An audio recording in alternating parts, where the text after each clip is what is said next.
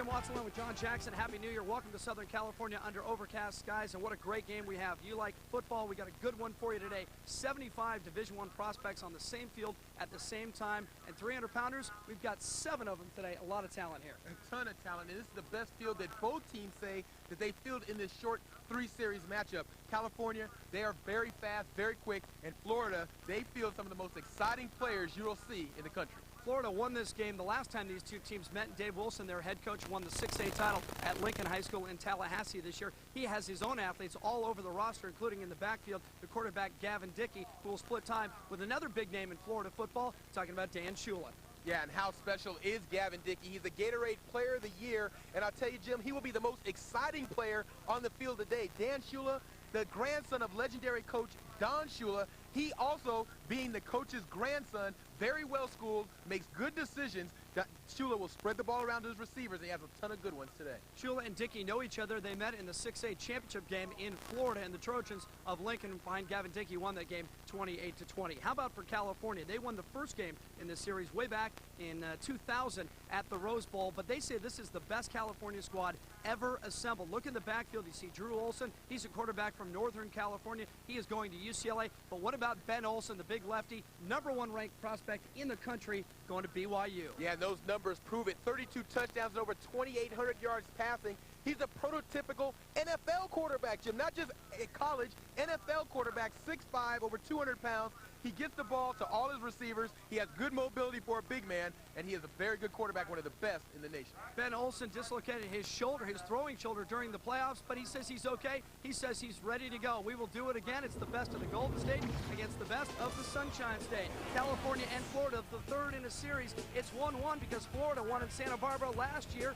How about DJ Williams? He's back in town with Miami to play in the Rose Bowl. Chris Ricks is at Florida State, and A.D. McPherson also played in this game. East versus West coming up next. And welcome back, Murdoch Stadium, El Camino College in Southern California. Overcast skies as we begin the new year. Sounds strange, 2002. Florida against California the third time, and the head coach for Florida, a guy that we got to know a couple of years ago when he came out with his Florida All-Stars, Dave Wilson, the head coach at Lincoln High School in Tallahassee. The 6A champions this year. They won a big one at Doak Campbell Stadium in Tallahassee at Florida State. A great guy, and we enjoy visiting with him. Across the way for California, it's Angelo Gasca, coaches here in Los Angeles at Venice High School, and he coached the California All-Stars back in CaliFlorida Bowl III as well. And actually, in just last year, he was the coach last year. Both of these coaches have been here before, and both of them have lost. Let's get on to Frank Martin on the sideline. Thank you very much, Jim. You guys earlier mentioned the quarterbacks for both of these teams, California and Florida. Let me tell you about the guys who are actually going to put the ball in the end zone. First, let's start off in Florida. The man's name is Ryan Moore. He is at a Dr. Phillips High School. That is in Orlando, and he's your prototypical wide receiver at 6'3". He's also a basketball athlete, so that means he can jump up and get it. And get this, junior year, averaged 22 yards per reception, so that means if he's in the open field, he's going to make you miss and take it to the house. From California, we see Herschel Dennis. Fans in Southern California know him from Long Beach Poly, 3-time Division I champion, and get this, he's the first Poly back in the history of the school to rush for over 2,000 yards. That was, of course, in his junior season. These guys always a cut above, and as Angelo Gasca said, Herschel Dennis is a cut above any athlete he has on his field. I'm sure Coach Wilson has a Ryan Moore is probably the same thing for Florida. Back to you guys. All right, Frank, thank you very much. And every guy on this field is going to be playing college football somewhere. They're all going somewhere. And Frank Martin, for us, well, he's also going somewhere. He's got a new job. He's moving to Grand Junction, Colorado. Frankie, congratulations. Thanks for your time. We'll miss you, Frank. All right, so Florida will kick off first. And for Florida, their kicker is Thomas Olmstead from Lake City High School, Columbia, one of the top 25 kickers in the nation. We will set guys as we go. As you imagine, an all-star game, there's going to be a lot of people on the field. Marcus McCutcheon is back for California, and Antoine Smith is the other deep man. And here goes Olmstead and CaliFlorida Bowl III. Air 7 Sports is underway from Los Angeles. Antoine Smith slips at the 7-yard line. There was a little rain earlier in the week here. Across the 30, across the 35, out to the 37-yard line. And Ben Olson will get the start for California, the #1 rated quarterback prospect in the nation from Thousand Oaks High School north of Los Angeles. 2,850 yards, 32 touchdowns, 65%. He's just a great athlete all the way around. He's quick. He's got a 35-inch vertical. And As I mentioned, he hurt that throwing shoulder. He's a lefty. During the playoffs, I talked to him right before kickoff. He says, you know, it still hurts a little bit, but I'll play through the pain. Especially in this one.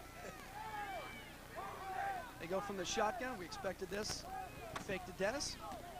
Throw it to Mercedes Lewis out in the flat. Mercedes Lewis from Long Beach Poly on his way to UCLA to play both football and basketball. Take a look at the offensive line for California, and there are 300-pounders all the way across. Alberto Yana from Pittsburgh High School going to Washington is absolutely huge. 6'5", 325 average, double figures in pancakes. Very, very impressive. Talked about Herschel Dennis a couple of times today. 1,600 yards, 23 touchdowns, over 6,000 yards in his career. A top 10 running back in the country.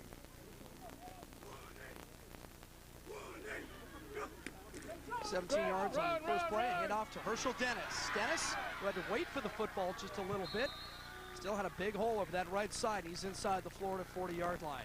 Defensively, for Florida, how about Elvis Dummerville from Jackson High School in Miami? 40 sacks over the last 2 seasons. He's an All-American. Linebackers, Nate Harris from Edison High School, also in Miami. 121 tackles as a senior, 136 as a junior. And Pat Watkins and Greg Threet both played together at Lincoln High School, won the 6A title. Threet is the #1 quarterback prospect in the nation. Watkins is a USA Today All-American. Hand off again to Dennis. Dennis is knocked backwards, right out the stick. Have to see if he got enough for the first down. Greg Threet is the guy who came up and met him, number 5. That's a nice meeting. Dennis against Greg Threet, 2 of the best in the country.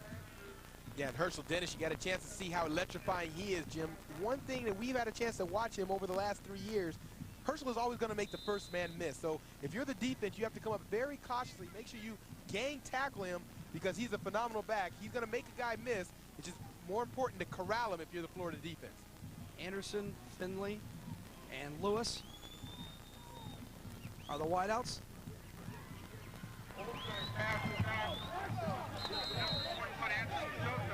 Anthony Soto with the catch.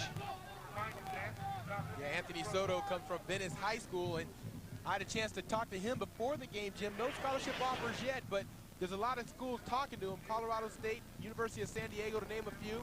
And you can see at Venice High School, he's an electrifying receiver. Goes 5'8", very small, but very quick. And those kind of receivers are dangerous because they, after the catch, they pick up that rack yardage, make things happen, run after catch. Soto added to the roster, of course, the California head coach, Angelo Gasca, the head coach at Venice High School, so he knew about that young man. Pitch back to Dennis, and Dennis with some pressure by the Florida guys.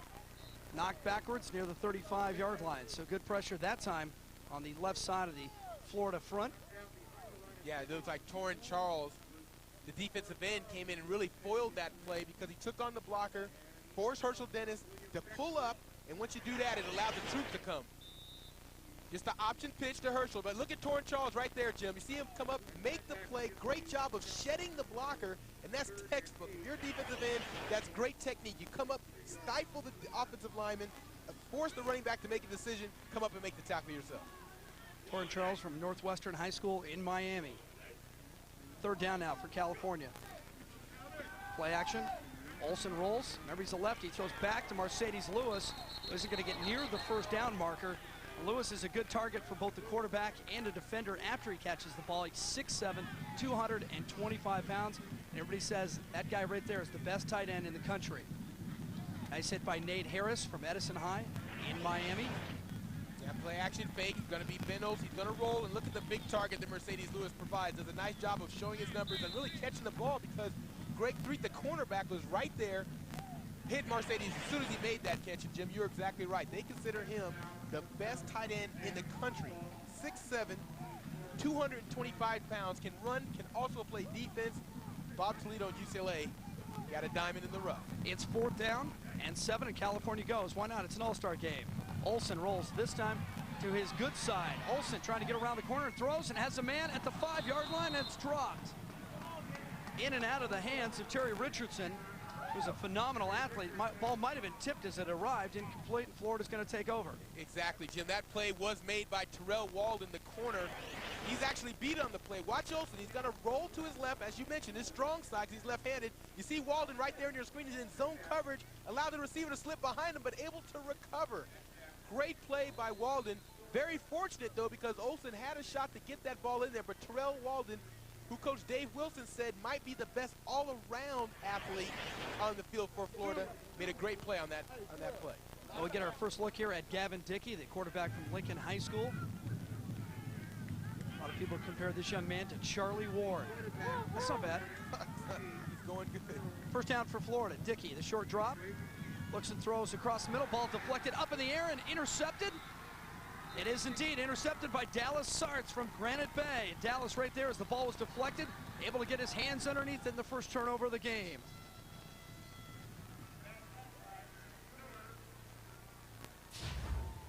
Now Florida going to the air early, and California was right there. Dallas Sartz puts the squeeze on it. Turnover. California with the football. It's underway in Southern California. CaliFlorida Bowl III, the best prospects in the nation on the same field at the same time. Dallas Sartz with the interception for California to set up the Golden State for the second time. For the first time in Florida territory to begin a drive at the 43-yard line. Ben Olsen, your quarterback. Top prospect in the nation there. He's going to BYU, sets it up. Mercedes Lewis, a double pass. Mercedes Lewis to Finley. And James Finley has a touchdown. And the Florida players, of course, are looking at the officials saying, well, isn't that two forward passes on one play? How about Mercedes Lewis? We've seen him catch, we've seen him run, we've seen him tackle. We've never seen him throw a ball before. I've never seen him throw a ball, and that was a strike. Jim, the one thing that you have to understand in high school football, it is legal to make two forward passes as long as the first one is behind the line of scrimmage, which that one was. A middle screen to Mercedes Lewis. He stops behind the line of scrimmage and throws a strike to Finley. Some good play innovation by Angelo Gasca, the head coach, and also calling the offensive play. James Finley with a catch from Manual Arts High School, one of the top 5 wide receivers on the West Coast. And here comes Todd Mertz from Laguna Beach High School, the extra point. Laguna Beach High School, their mascot, the Artists. And that was perfect. Right down the middle. Well, I've never seen this before, but JJ explained it right. Two passes as long as they're both behind the line of scrimmage. Olsen to Mercedes Lewis.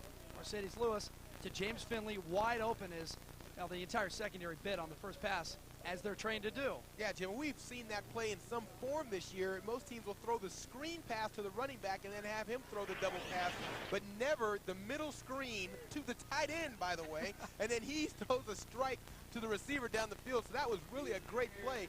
Maybe we have to go see Angelo Gasca at Venice High School. They might have the most innovative offensive system if he's able to come up with a play like that. Angelo Gasca, of course, was the coach of the California team last year in Santa Barbara. Lost that game.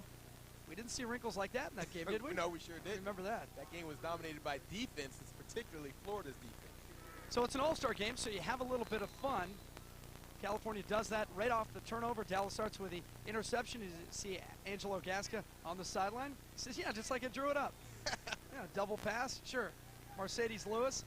You know, everyone talks about Mercedes and what a great tight end he is. We've seen him at Rush End with Long Beach Poly, who won the Division I championship here in Southern California. Never thought about him throwing a football. He's a great athlete. He's going to UCLA to play both football and basketball. Florida coming right back at you. Here's Devin Hester. Devin Hester gonna go and leaps into the end zone, and he's gonna get flagged for that, and he doesn't care. That is a great return. Took it on the run and went all the way back. JJ only had to make about 2 moves. Devin Hester, this is a great return, Jim, but great blocking. You see, he's gonna go untouched. Look at the speed and acceleration by Hester. Just explodes into the California special teams. And then you see the celebration. He's going to get flagged for that. It's an all-star game, Jim. You can't call that penalty. That's what I'm talking about. Devin Hester from Suncoast High, Riviera Beach. 1,900 total yards, 25 touchdowns. This year he played wide receiver, running back, cornerback. He did it all. Miami, North Carolina State, Florida State, Georgia. They all like him. They're just going to like him a lot more now. Yeah, and listen to Devin Hester's senior year, Jim. He rushes for 921 yards, was a receiver for 957 yards, scored 20 touchdowns, and threw 5 touchdown passes, and also made 72 tackles and 5 interceptions on D. So he, no doubt, the best player on Sun Coast, able to make a big impact in this game. He had an impact on the extra point because Olmstead has to kick it from the 25-yard line, a 35-yard extra point. He says, I don't care, I'm top 25 in the nation. Ain't no big deal. 7-7 as Florida answers right back. Devin Hester, end-to-end, taking it to the house, and we're tied. Bowl III on Fox Sports Net. Jim Watson, John Jackson, and Frank Martin. Florida, Devin Hester's kickoff return ties this game up at 7-7 in the first quarter. Antoine Smith for California at the 7. His second kickoff return. He's got a seam across the 35, cuts it back. Antoine Smith to midfield. So only a week of practice. Special teams suffer a little bit, JJ? Well, the one thing, the team that can execute special teams, you're right. But Jim, the one thing that you're going to be undisciplined, especially covering kicks, because the key to covering kicks is to stay in your lanes. And of course, when you don't have a lot of practice, the one thing that people tend to do is get out of their lanes, and that's why you're seeing big returns. So the ball at the 49-yard line of Florida. Herschel Dennis remains at tailback, but we change at quarterback. And for the first time today, we see Drew Olson from Piedmont High School up in Northern California. He is verbal to UCLA. Sends Antoine Smith in motion and gives to Herschel Dennis. Watch the feet. Herschel Dennis, one of the best running backs in the country, 6,000 yards career, and one of the nicest guys that we've been around for the last 4 or 5 years of high school football in Southern California. Now the rules in this game, a little bit different, and you might be used to in high school football. The game clock, of course, 15 minutes in the first quarter, 12 minutes in subsequent quarters. No blocking below the waist offensively. Defenses will run a basic 4-3. And overtime, we'll go overtime, JJ, so it changes a little bit. And those NCAA Division I rules means that they will play overtime. The ball will rest at the 25-yard line, and each team will get a shot. So if we do get to that point, those are the overtime rules. Like Mackey was wide to the left and said they throw back to Antoine Smith, has to go through his hands at the 27-yard line. First throw for Drew Olson. A little heat on that one. Drew Olson, not flashy, just productive, no mistakes, and very accurate. 6'2", 180 pounds. I think he's a little bit bigger than that. One of these numbers, of course, from the beginning of the year.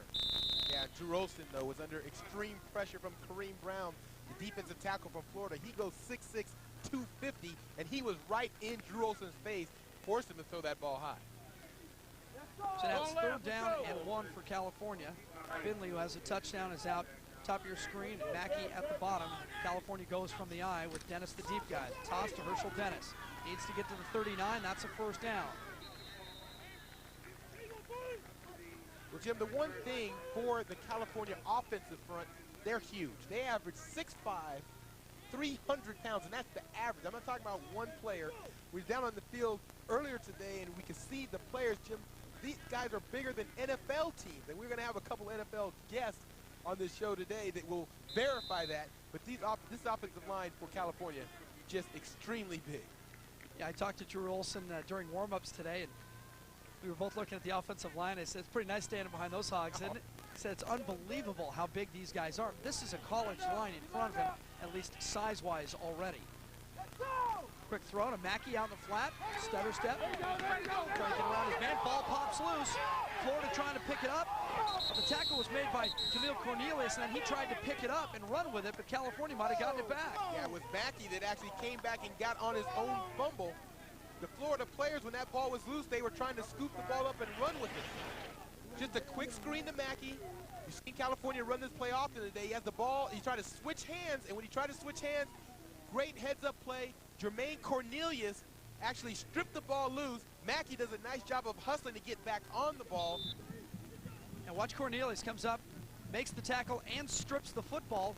And then Cornelius is going to try to pick this ball up and return it. And, left it behind him. And Mackey, trailing the play, able to get back on his own fumble. And Jim, it's an all-star game. If you're a defensive guy, you cannot resist the temptation to try to pick up a ball for a touchdown. Dave Anderson and Richardson. This is Terry Richardson on the reverse. Richardson, a spectacular athlete. Inside the 30 to the 25, he got a good block downfield by Dave Anderson. And he's out of bounds inside the 25-yard line. Well, we had a chance to watch Terry Richardson, who went to Centennial High School in the Corona area here in Southern California. Great program those guys have out there, and we were amazed with the ability on this young man. Yeah, he's phenomenal. He might be the best two-way player in all of California. He also doubled in his high school as a cornerback. And let me tell you, Jim, he shut this one half of the field down. He was always in man coverage, could man up on a receiver, shut them down, and allow the other 10 players to play the rest of the field. Terry Richardson, a lot of schools on his wish list: ASU, Arizona State, USC, Oregon, Washington, and New Mexico. Drew Olson bobbles, has to retreat. They're setting a screen inside to Finley again. Now to the 7-yard line. Well, James Finley from Manual Arts High School. For folks across the country, Manual Arts is right near the Coliseum in Los Angeles. Old school. Yeah, this is a home game for Finley. He's right around the corner. They've gone to him. Mercedes Lewis went to him earlier for the touchdown, and now just an inside screen. You see Finley as well as all the receivers. They are great after the catch, Jim. Phenomenal moves.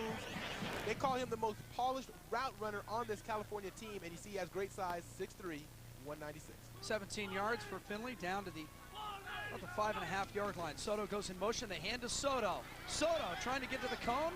Not even going to get to the 5-yard line. He has stood up and driven back. Jermaine McCollum from Southridge, Miami, with a big hit. Yeah, Jermaine McCollum did a great job, not only on the tackle, Jim, but watch how he sheds the blocker. Just toss the receiver to the side, and then now it's me and you, Soto, one-on-one, able to bring him down. Great open field tackle. As you mentioned, he's from Southridge. 4.4 speed. Georgia Tech, Rutgers, North Carolina State, Iowa, and West Virginia. But he's going to go as a package deal with his brother Tremaine McCollum, who's also playing in this game as a wide receiver. So that's a nice 2-for-1 for anybody. Soto again in motion. This time they fake it.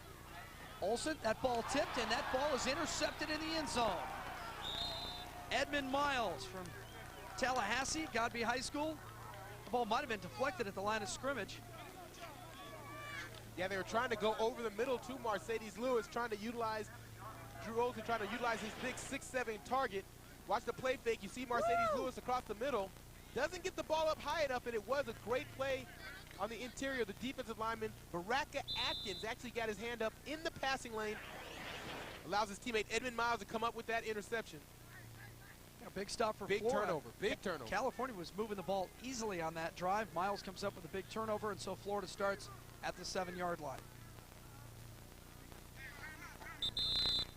Edmund Miles, he currently favors Iowa over USC, Arkansas, NC State, and West Virginia. So Iowa looks to be the front runner for Edmund Miles services. They most likely will move from linebacker to strong safety in college.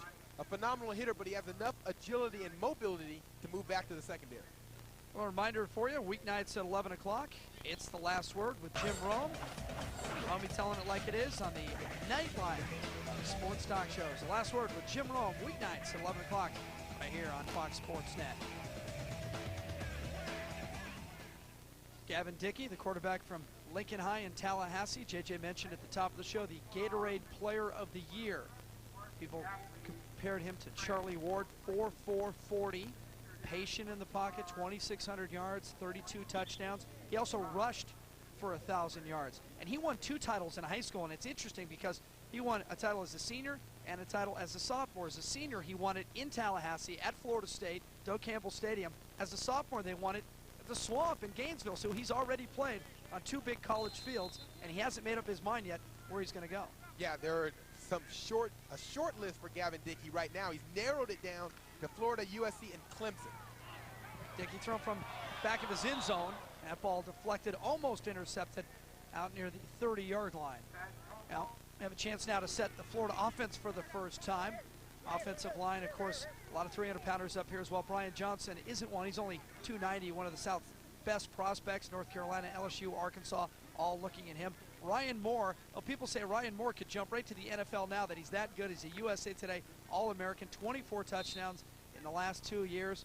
Dr. Phillips High School in Orlando, 6'3", 190 pounds on Ryan Moore. South Carolina, Miami, Tennessee, Florida. Just about any guy on this field can pick up a handful of big-time Division I programs. Throw out the flat is complete. It's Jermaine McCollum. That's Jermaine's twin brother. Defensively for California up front, Big Fred MATUA. If you went to practice this week, you know which one he is. He's the loud one. He's an All-American, absolutely outstanding. SC, UCLA, Notre Dame, Arizona State looking at him. Ryan Powdrell had a great year as a linebacker. Ricky Miller, Chad Slapnicka, and Dallas Starks already has an interception. Darnell Bing, well, people say that he's top 5 safeties in the nation. He may be the best two-way player in the state of California, and of course, he went to Long Beach Poly. Long Beach Poly, for those of you across the country, big-time high school here in Southern California, has put out more NFL players than any high school in the country. Dickey throws that ball out, and it's complete to Santonio Holmes. Are they going to count it? They're going to count it as a catch. Holmes did a great job, JJ, to keep his feet in. Yeah, well, Holmes does a nice job of working his way back towards Dickey. But watch this. This is the thing with Gavin Dickey. He can get outside the pocket and make things happen. Look at this throw on the run, and look at how tight he had to get that ball in there. Holmes is on the sideline. Dallas Sartz is in front of him. Look at the passing lane. There is none. Oh, that's tremendous. Oh, foot on the line. Foot on the line. It's such a great play, Jim. You have to let that go. It's an all-star game. You have to let that one go. But a great play by Gavin Dickey, and Santonio Holmes did a nice job of giving his quarterback a target to throw to. Yeah, great play at each end of that pass, and let him play. Nowhere to go here. Good penetration by California. Chad Slapnicka from Loyola High School in Los Angeles. And Slapnicka is one of those guys that might be a little bit undersized. They list him at 6'2", 230. I don't think he's quite that big, but this is a guy that I've loved for the last couple of years. We've seen Loyola go to the Division I championship here in Southern California, and you can compare him to Dat Wynn, maybe, who's playing with the Dallas Cowboys, or maybe Adam Archuleta with the Rams. That they were small guys, but they're in on every single tackle. Jim, he reminds me of a guy that also played here in Orange County, Kevin Mitchell from Mater Dei, the same type of player, hard-nosed, and right now Kevin Mitchell is the best defensive player on that Oregon team that trounced Colorado last night. Yeah, I was there. Kevin Mitchell's name got called so much it's still echoing around Sun Devil Stadium. Dickey is going deep, and that ball is caught. Are you kidding me? Ryan Moore. We just talked about him. What a super athlete Ryan Moore is. He ran underneath that football, a huge gain, all the way down to the California 15-yard line. And how far did Gavin Dickey throw that football in the air on a tight spiral? Jim, Ryan Moore had to be thinking what I was thinking up here. How can you throw the ball this far? Look at that ball. Gavin Dickey right on the money, and a great catch by Moore. Really good coverage by McCutcheon. He was right on him, but when you have a quarterback that's throwing off with his back foot 50 yards in the air, right on the money to Moore, there's nothing you can do as a defensive back. That's a great catch by Moore. 64 yards on the play. First down for Florida at the 15-yard line. Now this is their deepest penetration because remember their touchdown came on a kickoff return. Again, good penetration by California. That is Darnell Bing from Long Beach Poly, who we talked about, top 5 safety in the country. He also plays running back, and people are saying that he wants to play running back in college. Jim, I think he will play a little bit of running back, but this is what he can do. He's always where the ball is. He's a hawk. And Jim, you say he's the top 5 in the country. I'm going to go out on a limb. He's one of the top 2. It's between him and Pat Watkins, the safety for Florida, who's the best in the country. But look at the pursuit by Darnell Bing. Great play. A phenomenal athlete, Jim, and as you mentioned, he will play safety in college, most likely strong safety, but he wants to go someplace where he can get the ball. In high school, they always told us every game we did that look for Darnell Bing. He's going to play, he's going to play. He never got the ball really in high school, but at the college level, he wants to play a little running back. They go up the middle. There's a penalty flag way over on the sideline. So this play's probably going to be wiped out. It was second and long to begin with. Second about 17. Slapnicka, another tackle. And, you know, people across the country won't get a true sense of Slapnicka, but we saw him play. And, again, just to finish the point with him, just great instincts. And JJ, you wonder sometimes if college scouts overlook that they're so concerned with sizes and weights and shuttle times and bench presses because, you know, and it's a cliche, you can't measure a kid's hard, but Slapnicka is one of those kids who plays so incredibly hard, it's unbelievable. Let's go down to Frank Martin on the sideline. Hey guys, one of the things to watch out with, it's not the NBA, but we do have some illegal defense on the field today. California's defense, watch Chad Slapnicka a couple plays earlier on that deep pass, and one of the runs, he crept up to the line of scrimmage. Now, because of the rules we have in terms of defense, that is illegal. You can only play a base score 3, as you guys have already explained.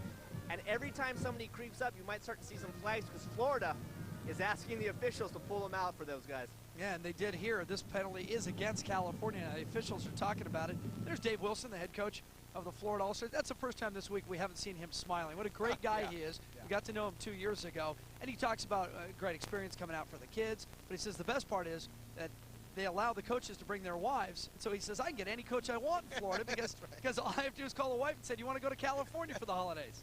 There's no problem talking to wives into coming out to California. The thing that he's told us repeatedly during the week is how well he's been treated by everybody here. The facilities have been great, the practice facilities, and the players have had a chance to do a lot of things. They've gone to the San Diego Charger game, and they've got a chance to see California. They've been out to the beach. So although it is a game and although they had to practice, they did have some time for fun and social activities. Coach Wilson says he's had a great time, and that's why he keeps coming to this game. Royce Cooley is the referee. There are 7 referees just like college. And so Dave Wilson is getting this one explained to him. You know, he laughs, and he's such a nice man. But I'll tell you, when he gets down on the sideline, he knows his football, and he's going to defend his guys right here. Look, he doesn't agree with the officials. He's talking about it right now.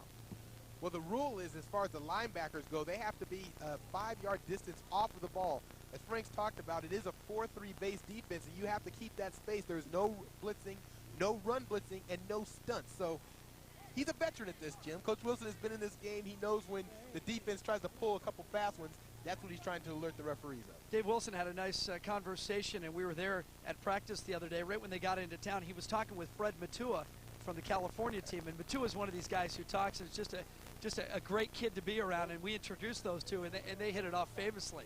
Yeah, MATUA, they were gracious, though, because, you know, MATUA really wanted to tell him how bad that he was going to make his team look, but they sort of had some nice gestures back and forth, really friendly conversation. But I can tell you, Fred MATUA today, no games, all business. Yeah, Wilson kept saying, hey, MATUA, go easy on my guys. Go easy on my guys. And MATUA said that he would, and you know that that is not going to happen. Dave Wilson, you couldn't have a better guy as the Florida head coach, the 6A champions from Lincoln High School in Tallahassee, 2 of the last 3 years. And this guy, Dave Wilson, if you look, he has won 40 games over the last 3 years. You do the math, it's over 13 victories. Most teams don't even play 13 games, and I realize in Florida a lot of teams play 14 and 15, but averaging over 13 victories a year. Job security. Yeah, no doubt, job security. He's got a lot of his own Lincoln Trojans here on this roster, and no doubt, because they're just tremendous athletes. It's Pauley for California, it's Lincoln for Florida. So now we finally get to play football again after a long delay. The handoff, James Jackson from Lincoln High School in Tallahassee. He plows forward for a couple of yards. And for the first time today, a little moisture in the air, JJ. We're going to get some rain today? Yeah, there's overcast. Hopefully it'll save us, because if it rains today, we're going to be in a little bit of trouble. Well, let me send out a message to people who watch from across the country, and a lot of times people watch the Rose Bowl and it's sunny and it's nice. Let me tell you, that's a myth. It's always overcast in California. Don't move here. There's enough traffic. The houses cost enough. Stay where you are. You're trying not to get people to move here so you can get through on the freeway. Been saving for a house for 12 years, JJ. Still in that hovel down by the beach. It's not going to work. All right, it's 3rd down and long for Florida. They run a little option, and they throw it back, and it's Santonio Holmes. Spun out of bounds by Darnell Bing at the 5-yard line, right at the 1st down marker, and Bing is going to talk about it afterwards. Boy, you talk about somebody that's motivated to play this game. You can see the phenomenal ability of Darnell Bing, able to run down the receiver. This is really a great play, a reverse on the option. Holmes takes off, and look at Bing. He comes into your screen. Not only does he able to break down, able to make the tackle, Darnell Bing. That is why everybody in the country wants Darnell Bing, Jim. He's able to make open field plays like that one. That is a fantastic play. Bing, 6'2", 210, Washington, SC, Oregon, and Florida. I think he can play anywhere he wants to. We've had the pleasure of watching that young man for 3 or 4 years, and people, again, from across the country who aren't familiar with California football, this guy was a running back for Long Beach Poly as well, so he played both ways, and he was a pretty good running back. Yeah, Jim, I got the inside scoop, though, on Darnell Bing. It's going to be, he's going to stay on the West Coast, okay? It's going to be SC, Oregon, or Washington. That is his short list. I think it's whoever can best fit his needs in terms of playing safety and also playing strong safety, let me add, and also being able to play a little bit of running back. Well, it's 4th down and about a half a yard for Florida, and they will go. The handoff, Jackson, touchdown Florida. James Jackson breaks through the first tackle and scores, and Florida goes in front. Yeah, he broke through the tackle of Gerard Page the free safety who came up in the hole, but really Page had no chance. He goes 6 feet 185. Jackson is 6'1", 240. This is just a mismatch. You see they got the heavy backfield in the lineup for Florida. Jackson one-on-one, no chance, touchdown Florida. Olmsted now on for the extra point. Jackson stays on the field as Florida tries to increase their lead to 14-7. Olmsted already made a 35-yard PAT, and this one he drives out near the parking lot just inside the upright. And it is 14-7. So California scores first, but Florida comes back on a kickoff return for a touchdown, and then James Jackson on a 4th down from the 5-yard line. CaliFlorida Bowl III, and already a lot of offense. Back in 2000 when this series began, California won the first game 21-11. Florida won last year up in Santa Barbara 17-14. Now already we have 21 points on the board, and we're still in the first quarter. Welcome back to Southern California on Fox Sports Net. Jim Watson, John Jackson, Frank Martin down on the sideline. Florida kicking off. Thomas Olmsted after the touchdown by Jackson of Lincoln High in Tallahassee. 5 yards out on a 4th and 1. Here's Dave Anderson from Thousand Oaks High School. Anderson, who has returned a punt for a touchdown this year on TV. And Anderson was a late ad. A lot of people didn't know about Dave Anderson, but they found out when they went to scout Ben Olsen, the big quarterback. These guys were teammates. Let's take a look back at the Florida touchdown and watch the right side of the offensive line. Yeah, the right side of this line, Jim's going to open up a huge hole. You see him just cave down that side of the line and make it a one-on-one with the free safety against the big fullback. That's the matchup that Florida wanted. It is a mismatch to have somebody try to take down James Jackson one-on-one. See the scoring drive, 10 plays, 93 yards. A couple big plays by Gavin Dickey on some nice throws. Remember, it all started because Edmund Miles had an interception in the end zone to set him up. Inside handoff, they tried to go to Dennis, and Olsen and Dennis got tangled up and knocked down in a hurry. Coming out of there for California, Kareem Brown, Norland High School in Miami. You know, Jim, during the week, though, the funny thing was both coaches told us that especially in an all-star game, the defenses are going to be ahead of the offenses in terms of progression, because if your defense, you just go after them and play. Offenses have to get coordinated, blocking schemes, play calling, a lot goes into it. We expected the defense to be ahead of the offense, but so far in this game, that is not the case. 2nd down and 12 now for California. Drew Olsen at quarterback. Herschel Dennis right next to him. Olsen pump fakes to one side, and he's going to go deep down the middle, trying to go to Richardson. And Richardson had to go right off his chest. Yeah, Richardson missed that pass because Larry Williams, number 9, right there, was in perfect position to make the interception. Williams runs a 4.49 40. He's leaning towards Miami, so he will stay local. He's a great track athlete, though, Jim, also. He runs a 49.9, 400 meters. That time he was in perfect position and great coverage on Richardson. You know, the play before that, Kareem Brown made the play for Florida. He's from Norland High School in Miami, and an interesting story because he missed the entire year due to an eligibility conflict. So this guy hasn't played a football game in like 13 months. You think he's ready to go? Oh, the amazing thing is how highly he's recruited. We'll talk about that. Drew Olsen rolls, sets his feet, and throws to Dave Anderson. And those are two guys that just know how to play this game. You see Olsen roll out, stop, set his feet, get himself ready, and find Anderson, who just sat down. Now, Jim, you've talked about it. We had a chance to see Dave Anderson on TV this year, and he has a great feel for the game. He's going to run a curl route here. They flood the zone. He has to curl. Olsen does a nice job of picking him out, and Larry Williams comes up from his strong safety position and makes a nice tackle on Anderson to keep him short of the first down. It'll be 4th and 2. We saw Dave Anderson earlier this year as Thousand Oaks was taking on Westlake High School, and when we showed up, we were all talking about Ben Olsen, the big quarterback, but when we left, we went down the freeway talking about Dave Anderson. He played on both sides of the ball as a wide receiver, going deep. Ben Olsen hits him in stride for a touchdown. He also played defense, and he returned punts, and that one he took back 73 yards as Thousand Oaks came from behind to upset Westlake. Dave Anderson, a special kid, and they added him to the roster. And when Angelo Gasca came up to us and said, we added another kid from Thousand Oaks, we both looked at each other and said, is it Anderson? It has to be Dave Anderson. Anderson and Olsen also play basketball, as many of these athletes do. You know, kids that are this talented, of course, find their way into other sports, but Anderson is also a pretty good basketball player as well, a 4-year starter at Thousand Oaks.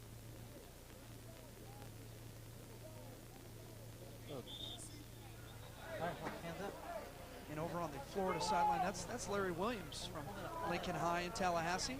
Well, he's been in on the last 2 plays. It looks like they are checking to see his shoulders or the strength is still in his shoulders. He might have taken a shot. Looks like he's okay. They're the 2 best friends from Thousand Oaks High School. It's Ben Olson on your right, Dave Anderson on your left. Olson, of course, is going to BYU. Anderson, well, nobody's quite sure where he's going to go. I've heard about Colorado State a little bit. Wait and see. Of course, all these kids will have to sign for real in early February. Herschel Dennis, and that's the thing that we noticed about Herschel Dennis during his career, is that a lot of guys, if it's shut down, will make a move, try to reverse their field, but it was 4th and 3, and Herschel Dennis, 6,000 yards in his career, said, I'm just going to get a first down, I'm going forward, I'm taking the 3 yards. Well, Jim, that's the intangibles that Herschel Dennis brings to the game. He is smart. He's a very quick back and mainly known as a scat back, but on that situation where it is 4th and 3, he knew exactly where the first down yardage was, and he took on William Beckford, the outside linebacker, one-on-one to pick up that first down. Dennis, the only guy in the backfield, 4 receivers.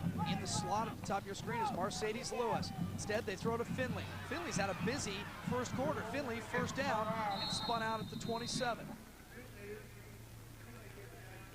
Well, Finley is considered one of the top 5 receivers on the West Coast.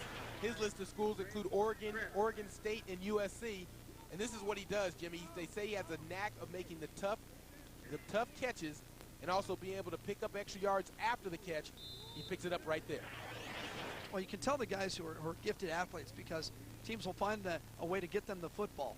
And that kind of play, obviously there's not a lot of danger. You just turn and throw it to the guy and you see what he can make out of it. And Finley did a good job to move the sticks and get a first down at the 27-yard line. Back in motion.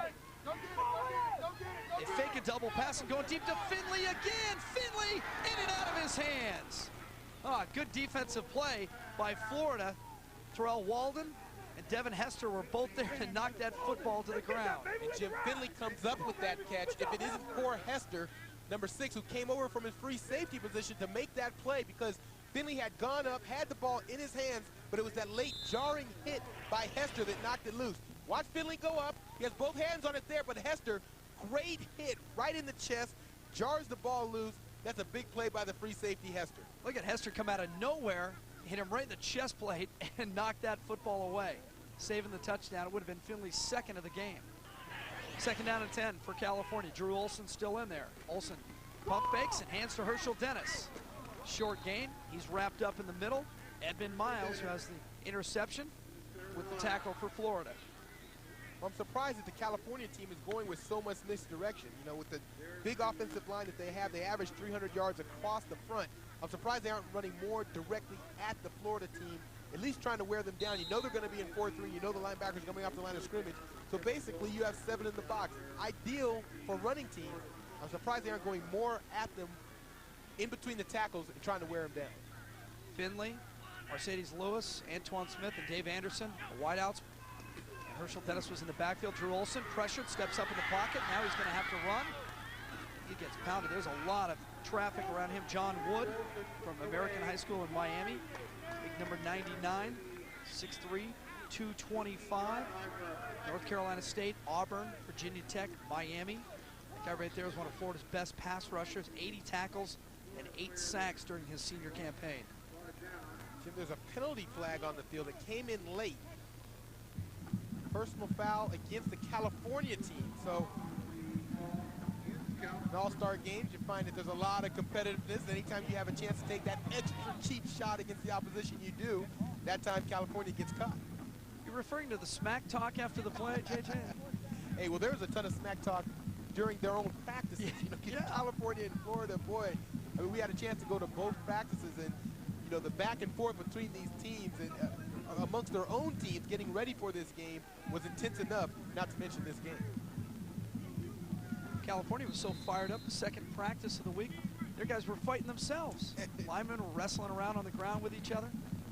It's supposed to be fun, guys. It's your last high school game. That is going to do it for the first quarter as California just lets the time run off. It'll be a 4th down at the 35-yard line. Florida leading at 14-7. California had a chance to tie But James Finley in the back of the end zone had the ball knocked away. So Florida leads it 14-7. We are done with one. Welcome back to cloudy Southern California. Happy holidays, Happy New Year to everybody across the country watching Fox Sports Net and the CaliFlorida Bowl III presented by Air 7 Sports. Jim Watson, John Jackson, Frank Martin with you. California with the football and facing a 4th and long. They need to get to the 17-yard line. Drew Olson is going for Herschel Dennis, who had to wait for the football. He was open, and it took Olson a little bit too long to get it there. Incomplete, and Florida holds and takes over. Well, Olson definitely had a chance to go to Herschel. 4th down at the 35-yard line. No sense to punt. They thought they only could make up 15 yards, but you see Herschel Dennis well behind Larry Williams. Larry Williams does a nice job just to get back into the picture. Herschel Dennis was wide open for a touchdown. If Olson would have got that ball off on time, it would have been 6. Larry Williams, remember, we saw him on the sideline working with the trainer on that shoulder. Apparently he was okay. He checked out, went back out, and saved another touchdown. So 2 times on that drive, California is turned away with balls hitting receivers in the hands in the end zone. And the football is loose. California says they have it. All of the California players say they have it, but an official has to agree, and now they all do. California takes over. Let's see who's got it down on the bottom of the pile. It looked like it was Glassford on the carry. Ricky Parker. Ricky from Parker Los Alamitos High School. Watch Glassford is going to be off tackle. It looked like he bobbled the handoff a little bit from the start. Tough to tell from that angle, but the ball comes out. He didn't really accelerate in the line, which leads me to believe he never really had a good grasp on the football. You see him bobbling it right there. Never really got a grasp of the football on the handoff. Glassford has the ball stripped from him. California recovers in good field position. Ricky Parker, who's verbal to Arizona. Here's Herschel Dennis. Herschel Dennis hasn't told us where he's going. Every time I talk to Herschel and I say, where are you going? Come on, man, I've known you 4 years. You can tell me. He says, oh, I don't know yet. Hey, Jim, that's all he gives me. There are people that would pay for that information. He's not going to give it to you for free. There are people that will pay for that information. Everybody in the country watch Herschel Dennis. I think it comes down to Oregon, USC, Washington with the outside chance. Well, Washington has a good product in their backfield from Southern California. Willie Hurst, who we saw here at Dominguez High School in Los Angeles. And I think Herschel Dennis could slip right into that position easily. How about the backfield with Ontario Smith at Oregon? Would that be scary? Maurice Morris, Ontario Smith from the Oregon Ducks. And off inside the 30-yard line. I'll tell you what, though, if I'm a college recruiter, you have to be very strong, not only wanting these Long Beach Poly players because they can play, but because they're all friends, Jim. Winston Justice, Herschel Dennis, Darnell Bing, Manuel Wright, Winston Justice, I got him. It looked for all of them to potentially go to the same school. They're very close, a very tight-knit family, that Long Beach Poly family. They all want to go play together. Mercedes Lewis has already gone to UCLA. I don't see UCLA moving into the fold of any of the other 3 or 4. No way you keep all those guys together. Ryan O'Hara has checked in at quarterback for California from Muir High School out in Pasadena. And Ryan O'Hara, if you saw the front of his helmet, already has the big A. He is going to Arizona. These are all verbal commitments that we're referring to during this game.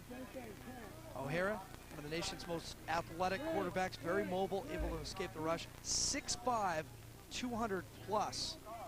I think John McAvick will like that size. Oh, yeah, he has to be happy with O'Hara. You know, he's really a great kid, Jim. We had a chance to watch him play against Loyola, and the thing that will stand out with you is how poised he is. Very poised. Stands strong in the pocket. Great player, but really a great person. Great all-around kid. Another 4th down for California, but they only need about a half a yard. See if they keep it on the ground. And they do. Robbie Dubois from Mission Viejo High School. Dubois spinning all the way down to the 15-yard line.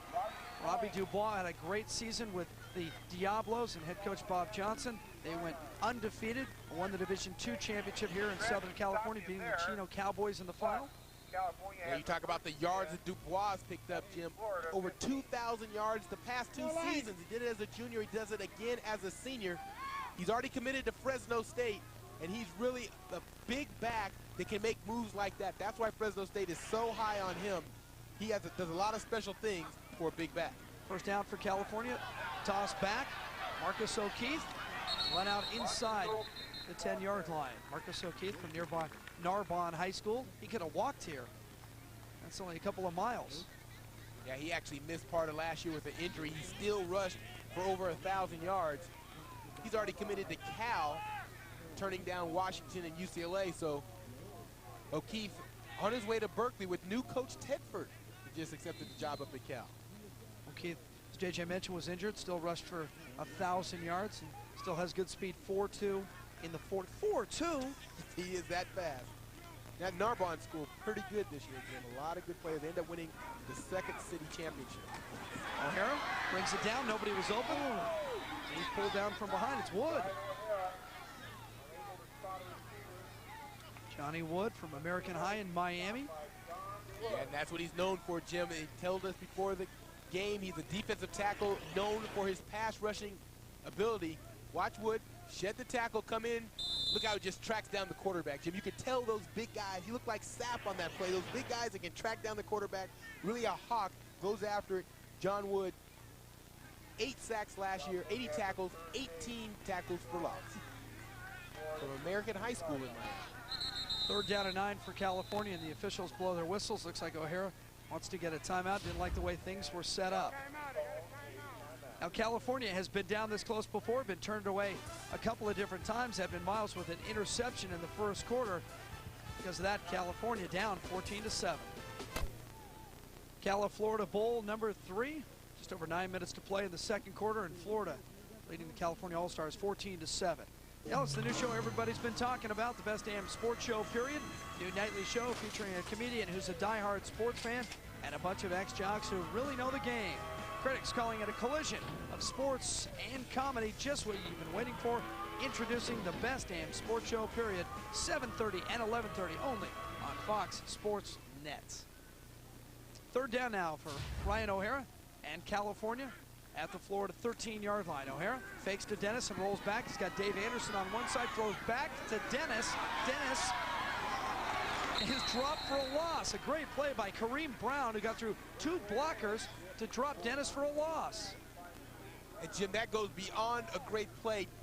Brown goes 6'6", 250, and he's able to bring down Herschel Dennis in the open field, something that people can't do on a regular basis. The throwback to Dennis, but watch Brown, he slips not only 2 blockers that were in front, but he's able to bring down Dennis in the open field. That's a great play by Kareem Brown, and that's why he's so high on Florida, LSU, Miami, Michigan State, and Oklahoma's list. They all want this phenomenal athlete, defensive tackle, Kareem Brown.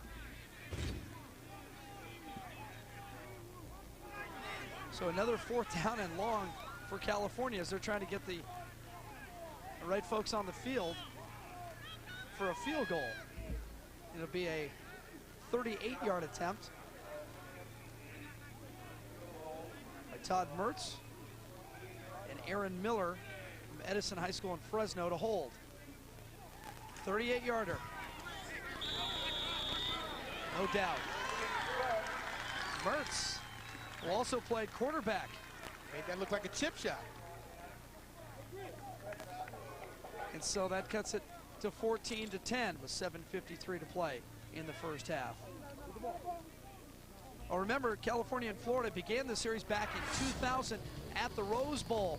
10,000 on hand, and Manuel White, who's now at UCLA, had a couple of touchdowns to put California in front. Bernard Thomas from St. Francis Mountain View High School, now at Nebraska, defensive MVP of the game. Manuel White, another touchdown later, and Kerry Colbert, who went to Hueneme High School, with a catch from Chris Ricks, who's now the quarterback at Florida State. And California beats Florida 21-11. Chris Ricks, by the way, who won the Gator Bowl yesterday with a couple of touchdowns for Florida State, just getting better every game. And he was one of the advisors, shall we say, to the California team in this game last year, which was funny because he knew some of the kids on the Florida team as well. Some of them were coming to Florida State. He had met them during recruiting visits, so it was a good time for him. And everybody tells us that he's going to try to make it to this game, flying all the way across the country after the Gator Bowl win in Jacksonville last night to get to this game. And if he's here, of course, we'll get a mic on him and talk with him. Yeah, he just played last night, and one of his teammates, Dominic Robinson, who also played in this game last year, has made it back. He's a local product from Diamond Bar High School. Great defensive back, nicknamed Prime Time. Well, they kick it away from Devin Hester because he already has returned a kickoff for a touchdown, so it goes to Ryan Moore. I don't know, you kick it away from Hester to Moore, it's just picking your poison, and now everybody getting a little upset with some late hits and some late blocks, and you just don't want to see this. This is getting ugly. There are flags everywhere, and it looks like Christmas at my dad's house. Yeah, well, there are flags everywhere, and this is the one thing when you have an all-star game you don't want it to turn into. California against Florida, there is a rivalry here, and we have talked about to players throughout the week of how much this game means. Both teams know that meetings are 1-to-1, and this is a big game. So there's a lot of intensity coming into this game. Of course, a couple of late hits, things you don't want to see after the whistle. We'll see if the coaches can restore order. Angelo Gasca pulling his guys back, Dave Wilson pulling his guys back, and now it was on the return by Ryan Moore. Moore cut back to the middle and drew a lot of traffic. We'll see if we can find out what happened. Moore goes down. That's Darnell Bing for California, number 20, who didn't like that. He gets pushed. Well, it really was Zinn behind him that got knocked down. Watch the upper left of your screen on our next replay here. See if you can pick up what happens. Upper left part. There's going to be a late hit right there. You see that was Zinn that got knocked down. Like Jesse Taylor, or excuse me, it was Lonnie Davis. Looked like Lonnie Florida Davis who came in. And, you know, in his defense, he's just trying to protect his guy who's on the ground. He's got people hanging over him and yelling at him. He's just pushing guys out of the way. That might have been a little late. Everybody's okay, and that's all right. Put the flags away, and let's all go back to work, play some football. So it'll be Florida ball just outside their own 30-yard line, and well, the smile is gone on the face of Dave Wilson for the moment, isn't it? Dan Shula, who was in briefly before, and when Florida turned it over, the grandson of the great legendary coach, Don Shula. And he throws, and his first ball out of the flat is caught by Santonio Holmes. Glade Central High School in Belle Glade. Shula is not only a great football player, but a fantastic student. A 4.66 GPA. And now listen, SAT 1410. 1410 SAT. Dartmouth, Harvard, Penn. He's going to play some Ivy League football. I want to know which 3 questions he missed. 1410. Come on. It only goes to 1600. Does it? I don't know. I didn't even know that. Well, you took it twice and didn't get 1410. I went to school so long ago they didn't even have the SAT. The second pass is also complete. Short gain. Near Nixon. Carroll City High School with a catch. Tight end. California's all fired up now. Justin Clayton from Pacific Palisades in on the play. That's the one thing with football, Jim, is when you have things like that, a couple late hits, you didn't get a chance to go back out and prove it. Right now, the intensity is turned up on both sides. Right now, the California defense stepping up a little bit. Second down and 8 now for Shula and Florida. They're going to go from an I.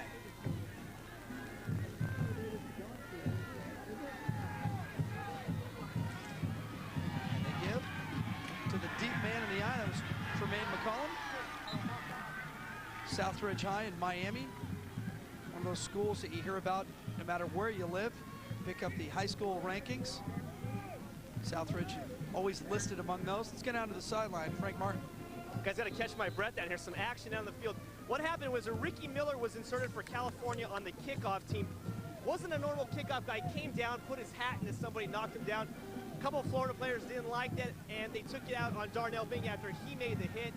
Basically, personal fouls, as you saw, for both teams, and a warning for the California sideline to stay on the sideline, not come on the field. Back to you guys.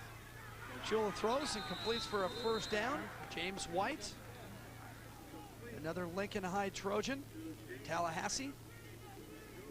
Yeah, and they term him, quite simply put, a game-breaking receiver. James White, USC, Florida State, Tennessee, and Florida on his short list. And I can tell you, between him and Dickey, they both went to Lincoln High School in Tallahassee. They might be a package deal wherever they go. A lot of schools they have in common, especially USC and Florida. Those of you across the country who don't remember my partner, John Jackson, you'll notice he keeps mentioning USC. He went to USC, of course. Just up on the knowledge, Joe. Give everybody what they need to know. He always include the Trojans. Going deep on the corner, bobbled, almost intercepted, and finally dropped Joe Garcia from Los Alamitos High School on the coverage. Dan Garcia, we've had a chance to look at several times this year. He's always in great position, 4.4 speed. And Jim, he's going to UCLA, Garcia. You couldn't wait for that, could you? You had to get that one in. Look at the position that Garcia is in. Almost comes up with the interception. That was almost a great play. Garcia, of course, the good speed, able to close in on Hester. Ball just maybe slightly underthrown, allowed him a chance to recover on the play. Incomplete, so second down and 10 from the California 46-yard line. McCollum again, the deep guy in the eye. They give to the first man through. That's Trey Smith. Trey Smith down the right sideline, inside the 15, and finally knocked down at the 10-yard line.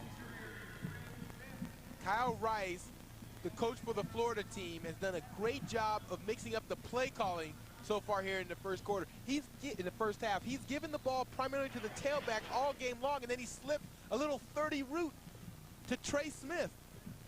Trey Smith, he had a great senior year himself, over 1,600 yards rushing and 19 touchdowns, but this play is really made up front. Watch the hole by the offensive lineman. They open up the hole, and Trey Smith blasts through the hole before the California defense could even react.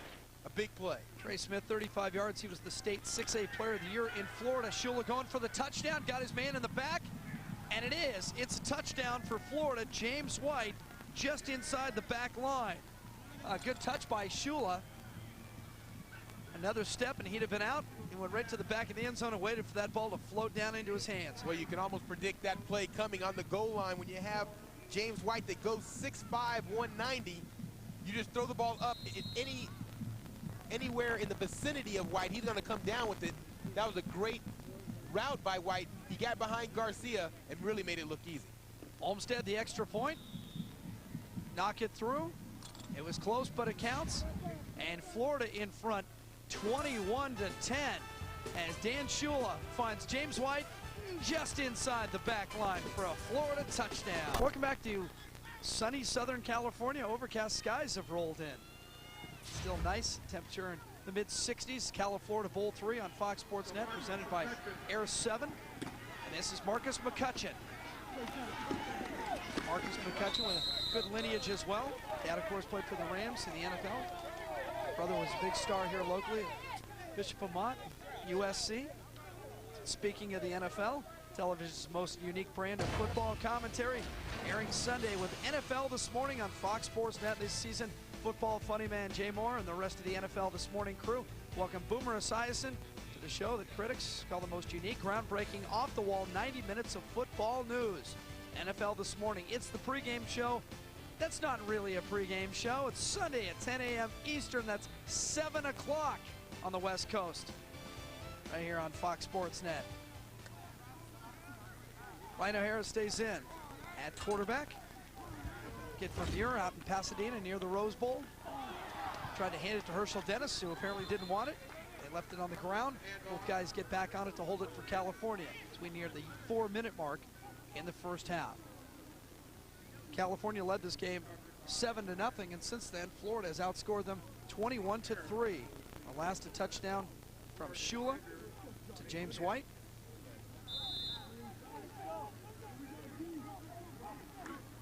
Yeah, the Florida offense has really had some big plays. Dickey, some big throws, a nice run by Trey Smith. They've really had some big plays and exposed those big plays to come up with this big lead.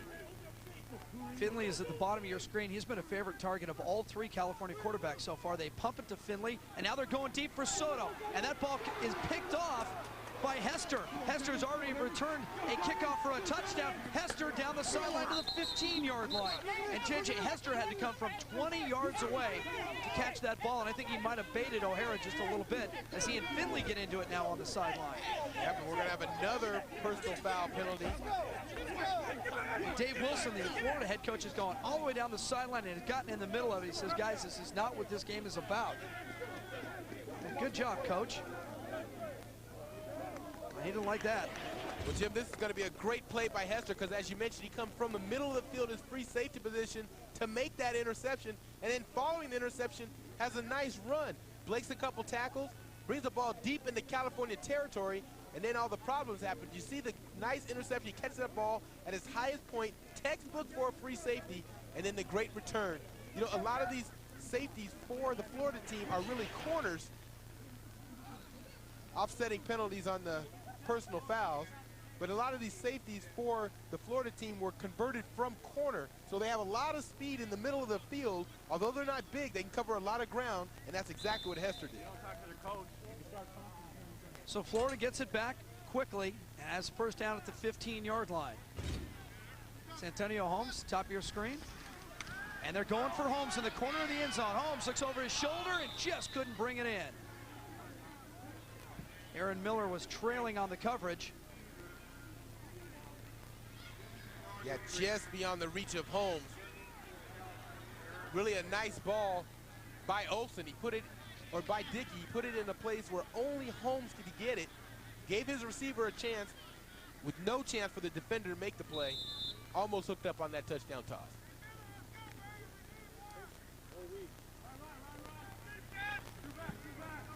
So second down now at the 15-yard line. Trey Smith in the backfield with Jackson. The ball never came out of there. This should be procedure on Florida. Looked like everybody but the center knew exactly what the count was. And again, everybody talking, JJ. A lot of trash talking going on this field, especially right now. If you're Florida, you have a lot to talk about. You're winning 21-10. JJ, I never talked in my day. You know why? Nothing to say. Yeah, okay. Nothing to say. Those 2 free throws that you hit back in high school, you never talked about those? We're still talking about my prowess at the free throw line. Are you kidding me?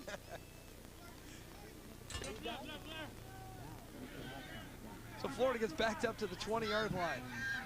First down, or second down and 15. Second and 15. Rolling out. Dickey waiting, pointing, and throwing deep over the middle. That ball is caught. It should have been intercepted. There are 3 California players there. In Florida with a great catch. It's Holmes. Santonio Holmes, somewhere in that crowd, came up with a football. Well, Jim, Dickey really makes this play because he bought Holmes enough time, and then he just gave his receiver a chance. Watch this throw by Dickey. He's going off of his back foot again, directing traffic while doing it, then throws that ball, has enough confidence in Holmes to go up in between defenders in front of Gerard Page. Looked like a ton of California players down in that area, but Holmes was the only one that was aggressive, came back to the ball. That's what they teach as a receiver, come back to the ball. He did that and made that catch. James Jackson, who already scored on this play in the first quarter, still wrestling with tacklers inside the 3-yard line. And that's going to be a late hit and a personal foul on Florida.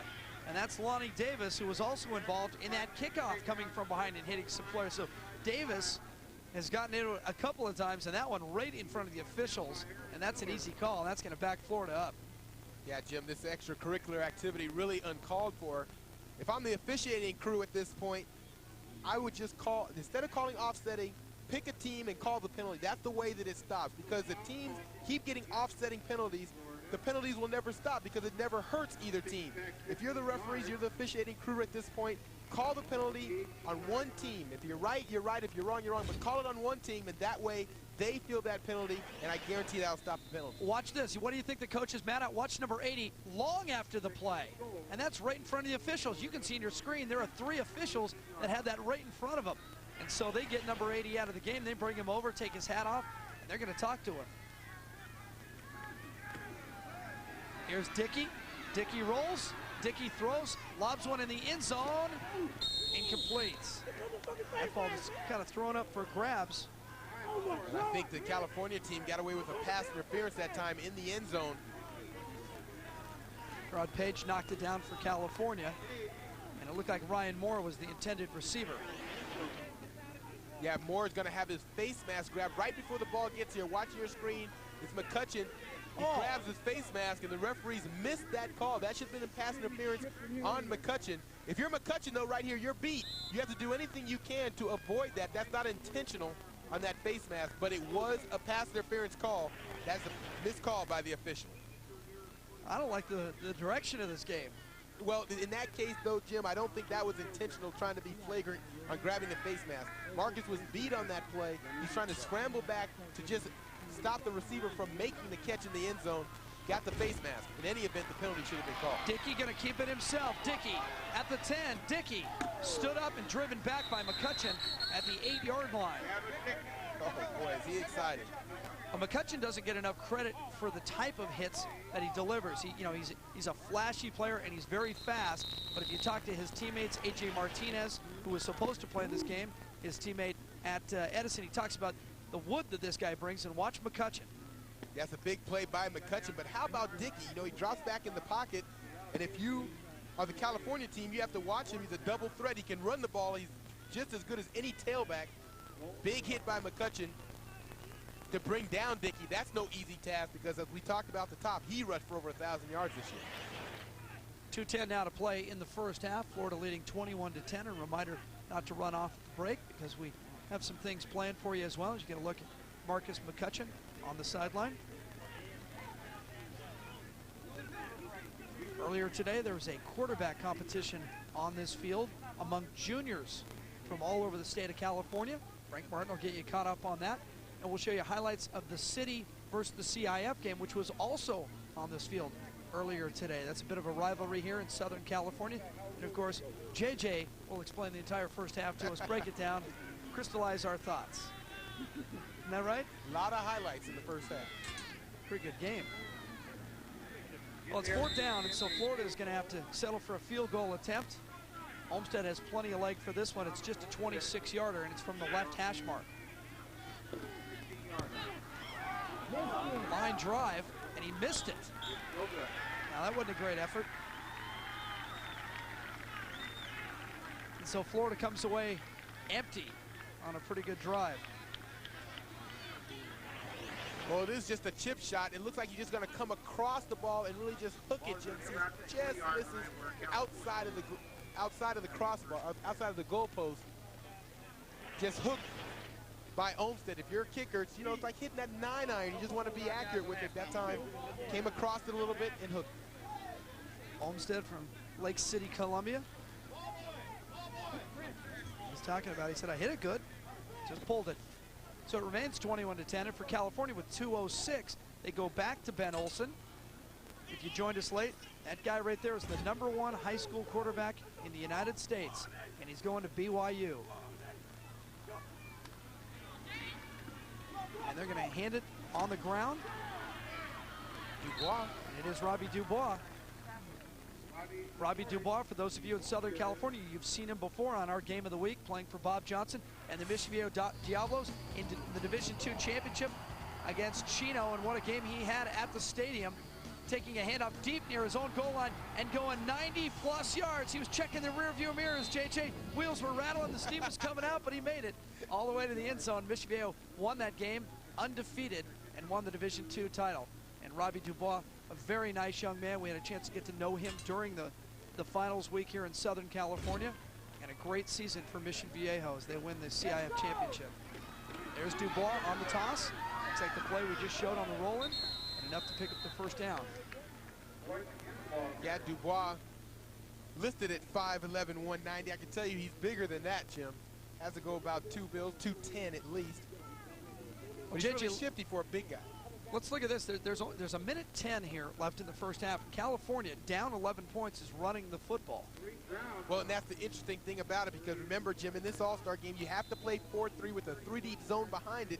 So if you're the offense, you know what defense you're going to be facing. There's a lot of open areas to hit throws. Offensively, you're under no restriction. So if you're California, I'm surprised they aren't going to multiple receiver sets and trying to get something going down the field. Dave Anderson is in the game, and he and Olsen played together in high school. Herschel Dennis fakes. Herschel Dennis going to keep it. Dennis bobbing and weaving across the 40 and out of bounds at the 43-yard line, and he took a late hit. It wasn't real late, but it was late, and they got up and looked at each other. Yeah, but that's not going to faze him. He only knows one speed. He only plays at one speed. And you're not going to see Herschel Dennis get real emotional about anything. He's a real reserved kid. Just says, nah, that's not going to bother me. But watch the hit he takes as he's on the sideline. Yeah, the fake handoff, and watch the moves. He steps inside of one, outside of another, and he gets up the field on the sideline, and there was that hit that was arguably late. It was a bang-bang. You can give it to him. High snap. Olsen never had a chance. He was looking up at the clouds here in Southern California in the fog. By the time he pulled it down, the pocket had caved in on him. Yeah, Jim, but that was Torrance, number 11, coming from his defensive end position. In his senior year, get this, over 100 tackles, 30 sacks. 30 sacks in 1 year. The state record is 31 by Willie Jones. That man right there, Torrance Charles, came within 1 sack of setting the state record. He had 30 last season.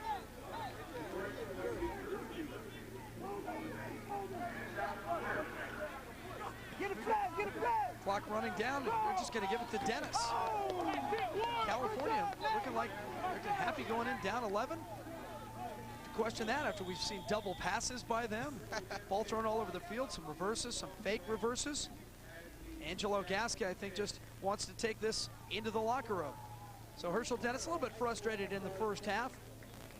One of the top running backs in the country. But Florida came up with more big plays in that first half. And remember, with California up 7-0, it was Devin Hester taking this kickoff. Devin Hester from Suncoast High in Riviera Beach. Couple of moves and then just leaving everybody behind. How about that speed? 87 yards and the vault into the end zone. That's what I'm talking about, baby. That's what he's talking about, baby. Touchdown. 7-6 at that point. The extra point, of course, tied the game up, and Florida kept that momentum going. Hester also had an interception in the first half. Florida, a pretty good first half. They lead 21-10. And California's Angelo Gasca is standing by with Frank Martin.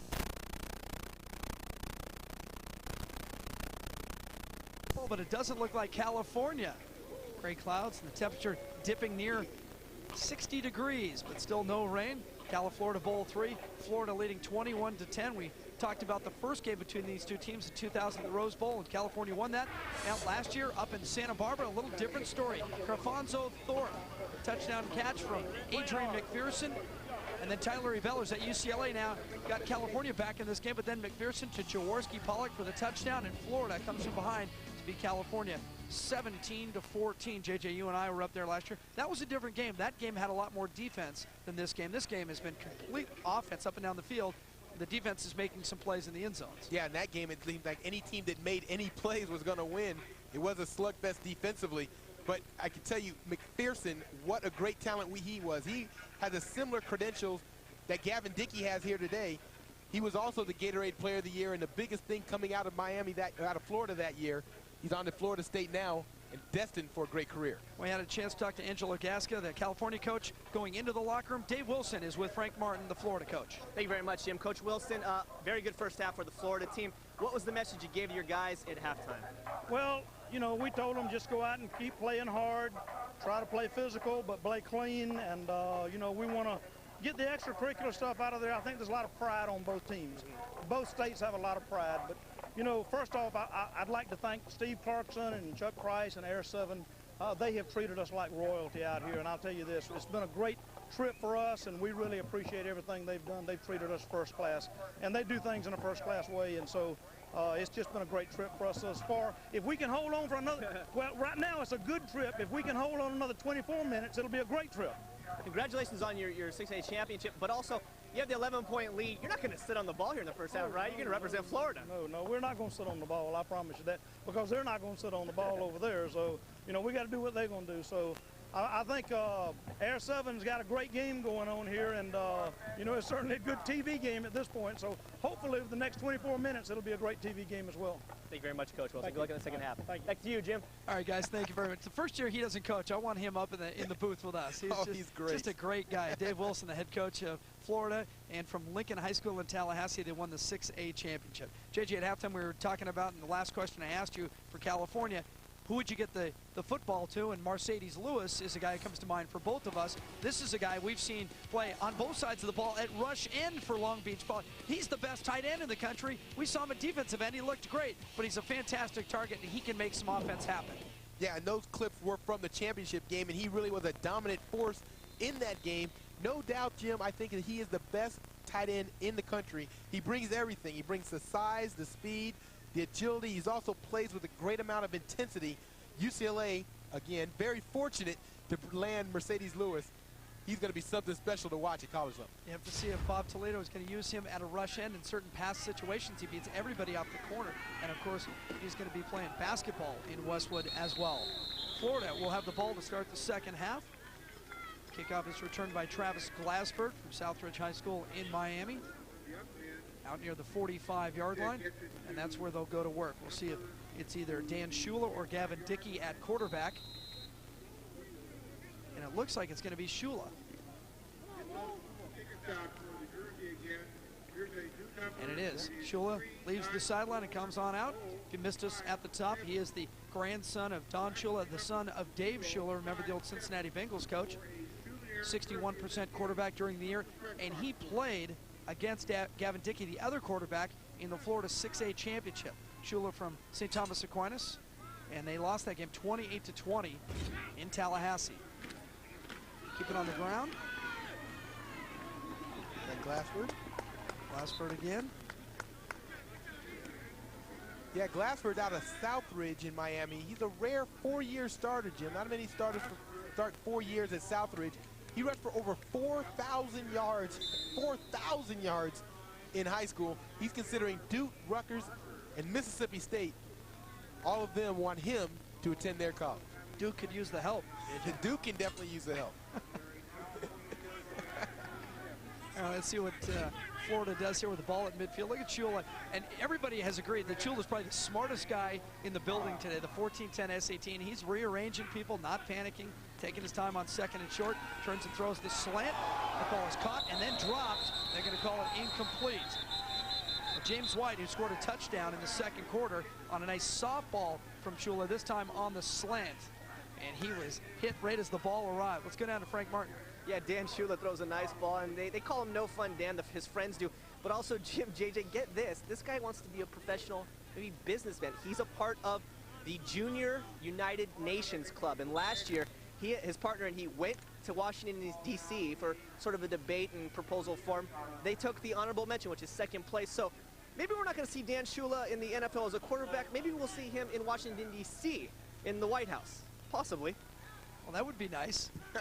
4.66 GPA. You know, he's got some connections in Florida, too. Pass complete to Ryan Moore. A short gainer, and he's driven out of bounds. It was 3rd and just 2, so that's plenty for the first down. That's another nice toss on 3rd down by Shula. 3-step drop. Delivers the ball on time and a strike. Easy catch and run for Ryan Moore for the first down. Going to David Wilson, the head coach for the Florida team, had a chance to talk about Daniel Shula. And although that he goes to the rival St. Thomas Aquinas in Fort Lauderdale, he has a tremendous amount of respect for him. He said that between him and Gavin Dickey, he can't go wrong. He has the best 2 quarterbacks that he could possibly have in the state of Florida. Shula pump fakes and is going deep, trying to find Holmes. And Holmes and McCutcheon got a little tangled up. McCutcheon says, I never touched him. I'm just playing football out here on an island all by myself. We saw McCutcheon play during the year a couple of different times, and this is a guy who's used to single coverage, so you're probably not going to get behind him today. Now, he was not fooled by the pump and go. We're going to have another unsportsmanlike penalty against the California team. And penalty was on the interior line. Those guys have been head slapping and banging into each other all afternoon. Gasca not happy with the way his team has responded. You know, both coaches addressed this in the first half. We had 3 or 4 altercations. Guys getting up, talking, pushing each other, bumping into each other after the play. California actually received a bench warning for guys leaving the bench and joining the problem out on the field. Dave Wilson, we saw get involved. One of his guys made a silly play. He ran down the sideline and picked him up and brought him back. So the penalty marched off, moves the ball all the way to the California 21-yard line. It's getting darker, it's getting cooler. And Florida puts that ball on the ground. Shula never got it. And I think Florida was able to hold on to it. California's saying they got it, but the referees are saying it's 2nd down. And it looked like Trey Smith, number 7, diving in there to pick up that football. Yeah, bad exchange. It looked like maybe Shula might have pulled out a little early, and that's the one thing. Remember, these quarterbacks are working with centers that they've only worked with for a week. So when the bullets start flying in the games, the center quarterback exchange, often something that goes wrong. Trey Smith was the guy who's supposed to get the football on the play. He had to go into the line just to keep it for Florida. So 2nd down and 10 now as we begin play in the second half. Over the right side, Jermaine McCollum. Down to the 11-yard line, and that's real close to a first down. Yeah, you see Jermaine McCollum, we've talked about his twin brother, Jermaine. He's more of the offensive McCollum. He's more of the running back, receiver. He's being recruited more as a corner. Talked about their short list of schools: Georgia Tech, Rutgers, NC State, Iowa, and West Virginia. It's a 2-for-1 deal if you get the McCollum. It is a first down at the 11. And Shula, very patient, understands the game as you might expect. Probably a little football talk around his house. All the way down inside the 5-yard line, it's McCollum again. And right now, that offensive front for Florida really blowing the California team off of the ball. The surge of that offensive line, you see them getting their pad level down low. See, McCollum does a nice job of cutting back against the grain and finding the seam. But I can tell you right now, the leverage for the Florida team, Jim, they are down below the California defensive front's pads, pushing them off of the ball, getting good surge for these good running backs. Saw number 29 for California, Dallas Sartz, who moved over to stop what could have been a touchdown. He's played pretty well today, Dallas Sartz from Granite Bay High School. Had an interception to begin this game. He is verbal to USC. And again on the ground, Jackson, who has a touchdown, has a second one. Yeah, that time it was too easy with Jackson in the backfield. You expect Florida to go in between the tackles, but the big fella rumbles to the outside and picks up another touchdown for this Florida's team. Just off tackling, once again, you see the line for Florida coming off the ball, tying up all the California defenders. Jackson prances into the end zone, really made it look easy. His senior year, 86 tackles and 10 sacks on defense. But he also played a little bit of fullback as he's doing today, Jim. 15 rushes, 338 yards.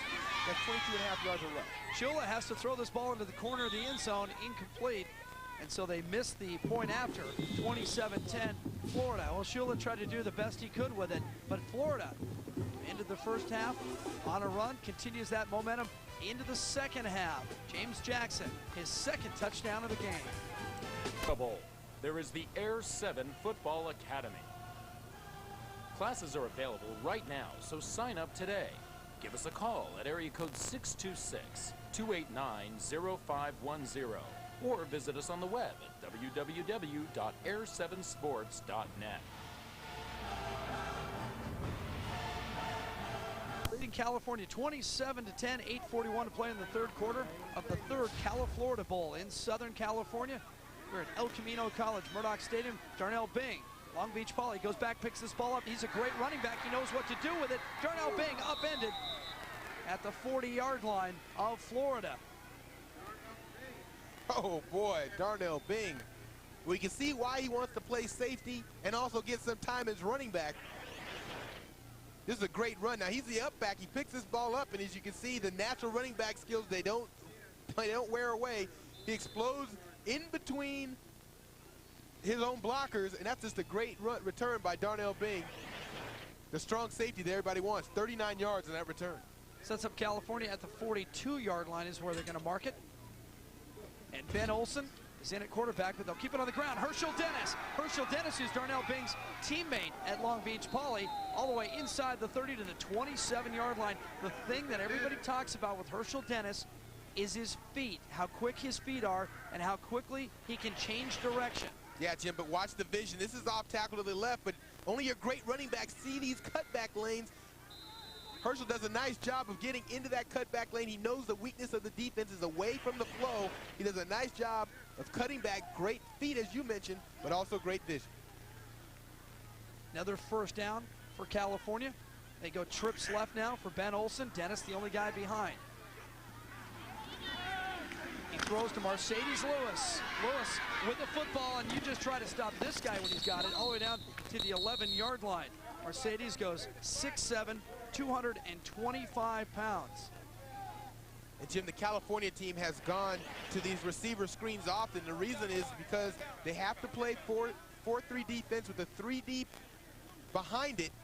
That means if you can block the corner and also tie up the strong safety, there's nothing but room to run out there. That was a nice job of running by Mercedes Lewis, the tight end that also has the flexibility to split out as a wideout and make big plays. Lewis 3 catches now for 33 yards in the game. First down for California at the 11-yard line. And movement on the left side for California. Looked like it might have been Albert Toyana stepping just a bit before the snap. And you get a good look at Albert. Big Albert, 6'5", 325. Jim, you talk about matchups.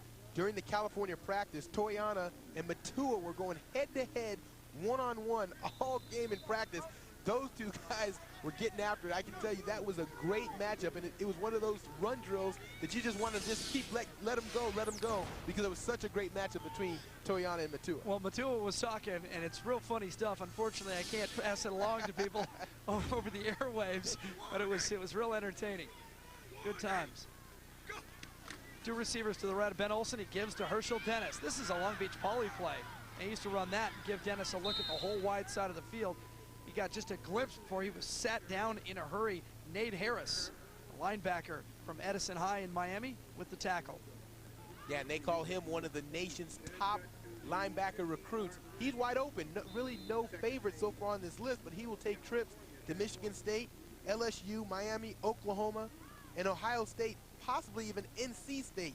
So Nate Harris is one of those guys right now that really hasn't given any indication of where he will go to play next year, but a lot of schools want it. 257 tackles his last 2 years of high school football. Impact player. Where's his teammates? Second down and 12 now. Ben Olsen rolls, looks and throws to his high school teammate, Dave Anderson. And that's what we've talked about with this kid, Dave Anderson. I think people late to understand how good this young man is. He's going to make catches for you. He's going to move the chains.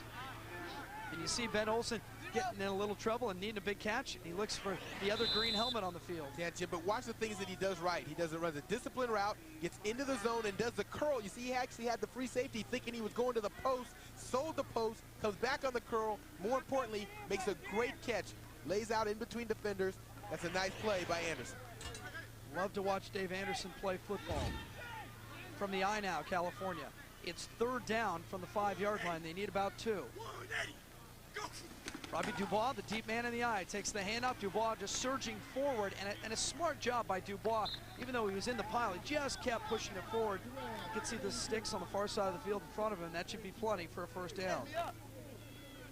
Well, Jim, it's been in the red zone. It's really been the difference in the game for both these teams. Florida, when they're in the red zone, they've capitalized. They've had their offensive line get down and dirty in the trenches, blow California off the ball for scores. California, conversely, when they're in the red zone, they throw an interception in the end zone, and now they have their second chance down deep in Florida territory. We'll see if they can get their pad level down similar to the way Florida has done, push them off the ball, and convert this score.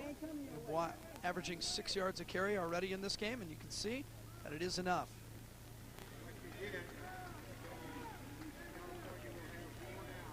So for Angelo Gasca, exactly what he needed after Florida came out and scored on their opening drive of the second half. California had to make a statement. They had to put the ball in the end zone, and here they are with a first down now, just 2 yards out. Ben Olsen walks him up. Ben Olsen, #1 high school quarterback in the country, verbal to BYU. Handoff Dubois. Dubois at the goal line. Is he in? I think he's short. They're going to mark him down about a half-yard out. Yeah, when you're down this deep, these are the tough yards to get.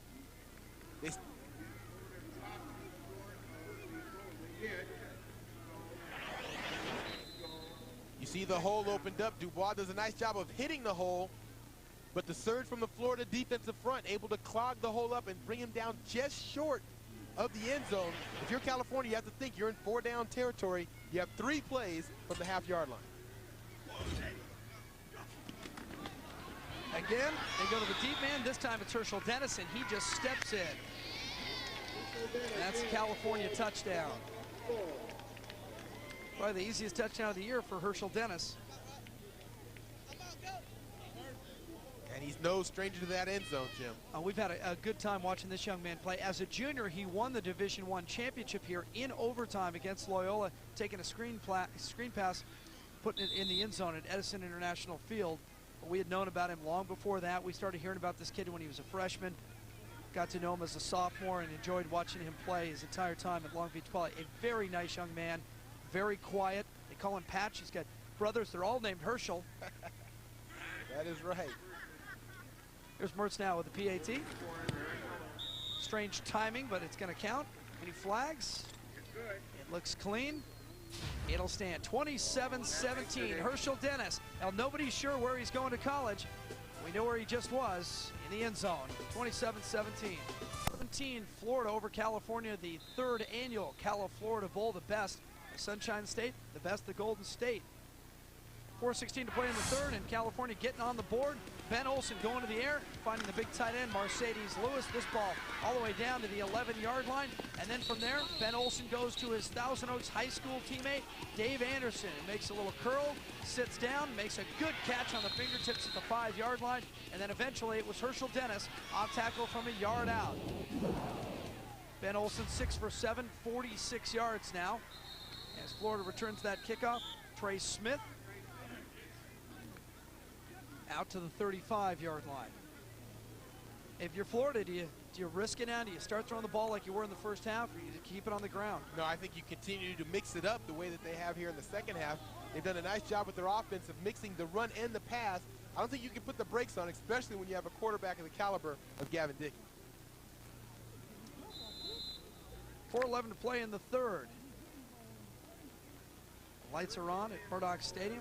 Been overcast all day. Temperature started in the mid-60s, have dipped now into the 50s. Good football weather. Gavin Dickey back in at quarterback and from the gun. Dickey rolls. He is most dangerous when he's on the run. He slips on a cutback at the 39-yard line. Would have picked up a few more yards. Yeah, you can see he's frustrated, and a good thing, because Gavin Dickey in the open field, oh so dangerous. He was able to make that cutback. There was a lot of room to run. Let's go down to Frank on the sideline.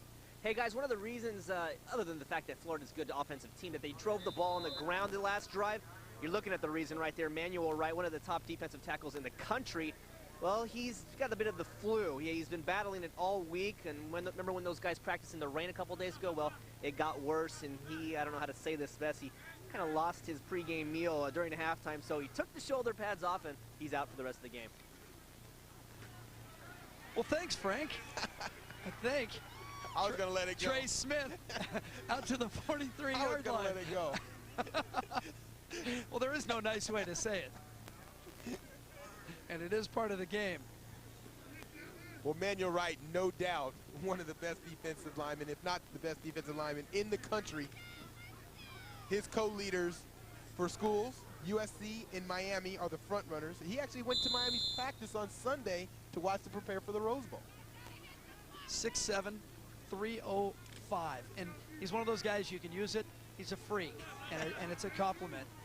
I talked to him at practice the other day, and I said, how you doing? And he said, yeah, I've had this flu. I can't shake it. He looked like he'd be okay then, but apparently it came back during the week. That's too bad. Be good for folks across the country to see him. 3rd and short, and Florida's not going to get there. Good defensive pressure by California. Yeah, and it looked like Ricky Miller. Ricky Miller came from his linebacker position to be the first one to hit Jackson. You know, Florida's going to go off tackle, and they're going to go to Jackson in this short yardage situation. You see Miller slice through, but really is a great job by the defensive front as a whole, really clogging the middle. That time they won the battle at the line of scrimmage, and we've talked about it that Florida's been getting the best of them. That time California came up big. Ricky Miller from Tustin High School. That is the same high school that produced Deshaun Foster. And Myron Miller, the head coach down there, puts his best athletes on the field. So Ricky Miller, you see him at linebacker. He'll play linebacker in college, but he also carried the football down there. He had 1,400 yards and 21 touchdowns for the Tustin Tillers. It is 4th down for Florida, and they will go. So far, 1 for 1 on 4th downs. And they're going to throw. Dickey rolls. He's looking on the drag, and it's complete. For Lonnie Davis, a sliding catch, and Dave Wilson rolls the dice and says first down. Oh, well, that is a big play call and a big play by Gavin Dickey on 4th In short, you gamble, you roll Gavin Dickey, and why not? If you're Coach Dave Wilson, you know that he's made plays like this for you all year. Watch Dickey roll, but watch this throw, Jim, back across your body. What a tough throw. Remember that it was Lonnie Davis who got in trouble. Dave Wilson yelling at him in the first half for a personal foul penalty. He goes back to him and he gets the first down for his head coach. That's the best way to get a kid back into it. Let him make up for it. Dickey, a dart across the middle, a ball deflected and almost intercepted by Aaron Miller. Jim, Aaron Miller has been playing phenomenal so far in this game. We really haven't called his name. That first interception by Dallas Sartz was because Miller came in and broke the ball up. Sartz comes up with the interception. Well, this time he's in the position again to make another big play. In his career, 14 interceptions, 10 of them returned for touchdowns. He's in great position to make this play here. Look how he cuts right in front of the receiver. I know he wish he had that one back. That one should have been intercepted. JJ, people compare Aaron Miller to Ricky Manning, who plays in the defensive secondary for UCLA. One of those guys that make big plays from a defensive position. And Gavin Dickey's going to tuck this ball away, trying to get to the corner, and he did. He gets the first down, and he drops his shoulder. So he gets the first down and delivers a statement along with it. Boy, Jim, Gavin Dickey goes 6 feet, 188. And that might be with his pads on, and he really delivers a blow here. Watch Dickey on the quarterback draw. Is designed this way. He has the speed to get the outside. That's no problem, but watch the hit. Boom! Right there on Keogi Harden. Big hit by Dickey. He is a quarterback in a running back in quarterback's clothing. Yeah, that was impressive. He could have stepped out of bounds. He saw the first down marker in front of him. He got the first down, but yet he didn't shy away from the contact. Gavin Dickey, Notre Dame, Georgia Tech, Miami, USC, Maryland, Clemson, Florida, Syracuse, Alabama. Jim, but don't get those teams hoped for. I'll tell you who his short list includes. Gavin Dickey, the pump fake, pressure coming. Kevin Harbour missed him, but it's cleaned up on the inside. It's MATUA. Fred MATUA from Banning High School here in Los Angeles. And you watch, he's the talker. Now watch MATUA, he's on the top of your screen. He's really just reading the running back. Looked like he had one of the running backs in coverage, but he says, hey, Gavin Dickey's there. I know how to sack the quarterback. MATUA goes after him, makes that play. But back to Gavin Dickey, Jim. Don't get all those teams' hopes up. Gavin Dickey is not going to all those schools. The ones he's narrowed it down to, Florida, USC, Clemson. He's gone to Florida. He still has USC and Clemson to visit. One of those schools will get that great quarterback. See, if you were really good, you'd tell us which one it was right now. I can't let that go. Florida secrecy. We're done with 3 quarters, but this game far from over. Florida leading California 27-17. Back at a chilly Murdoch Stadium in Southern California. CaliFlorida Bowl III, presented by Air 7. Jim Watson, John Jackson, Frank Martin on Fox Sports Net. Florida with the football and with a 10-point lead as we begin play in the 4th quarter. Florida going to keep it on the ground and just drive it right up the middle for a short gain. Now don't forget, television's most unique brand of football commentary airs Sunday with NFL This Morning on Fox Sports Net. This season, football funny man Jay Moore and the rest of the NFL This Morning crew welcome in Boomer Esiason into the show that critics call the most unique, groundbreaking, off-the-wall 90 minutes of football news. NFL This Morning, the pregame show that's not really a pregame show. Sunday morning, 10 o'clock Eastern, 7 a.m. Pacific, right here on Fox Sports Net. Kevin Harbour from Loyola High School, going to UCLA and trying to get to Gavin Dickey, but not going to do it. Instead, it's Holmes with the catch and Holmes with the yards after catch. Boy, he exploded from a dead stop. Yeah, and really a strike, though, by Gavin Dickey. You know, that's the one thing with running quarterbacks. Often you question if they can throw in the pocket. Well, Dickey does just that. He stands in strong, gets a 3-step drop, and look at this strike. Boom, right on the numbers. A lot of talent in that young man. Nice catch by Holmes. Big first down. JJ, under 11 minutes, the clock running, and California down by 10. Obviously, they can't let Florida get into the end zone. Yeah, they have to come up big with the goal line stand. The thing is, they can't go into a goal line defense until Florida's inside the 10-yard line. Remember, the rules here say you have to play that 4-3 defense, except inside the 10. So we'll see what they come up with. Dickey hands off in the backfield, Tremaine McCullum, and McCullum inside the 10-yard line, all the way down to about the 6 or the 7. And And once again, a couple of players getting after each other. McCollum stays down after the tackle. Yeah, McCollum, it looked like he got hit down low. It's going to be something it looks like with his left leg. Yeah, and you can see that that young man is in a little bit of pain right now. This is the one thing that coaches, college coaches, don't like. They don't want their kids to play in all-star games because they say there's always a chance they can get hurt. It rarely happens, but it is part of the game. And you see McCollum down on the ground right now in some pain. Of course, we're not going to speculate and guess what it is, but you just don't ever like to see it. And so far, it's been a pretty clean game. Yeah, but Jim, that's the one reason why I like the timing of this game being played in January, is because these kids aren't getting ready for a college season coming up next year. A lot of them already have schools that they've committed to or schools that they're going to go to. Any mild injury they can recover from prior to the season. It's really tough in the summer to have an all-star game because if you get banged up in June or July, it's a lot tougher because a lot of these kids are so good that their colleges are expecting them to play in September. Gives us just a moment to remind you, check out the new show everybody's been talking about, the Best Damn Sports Show, period. New nightly show featuring a comedian who's a diehard sports fan, a bunch of ex-jocks who really know the game, critics calling it a collision of sports and comedy. That's what you've been waiting for. Introducing the Best Damn Sports Show, period, tonight at 7:30 and 11:30 only on Fox Sports Nets. Doing the heavy lifting. And McCollum stays down. Now they've gotten him up to his feet, and they're going to carry him off the field.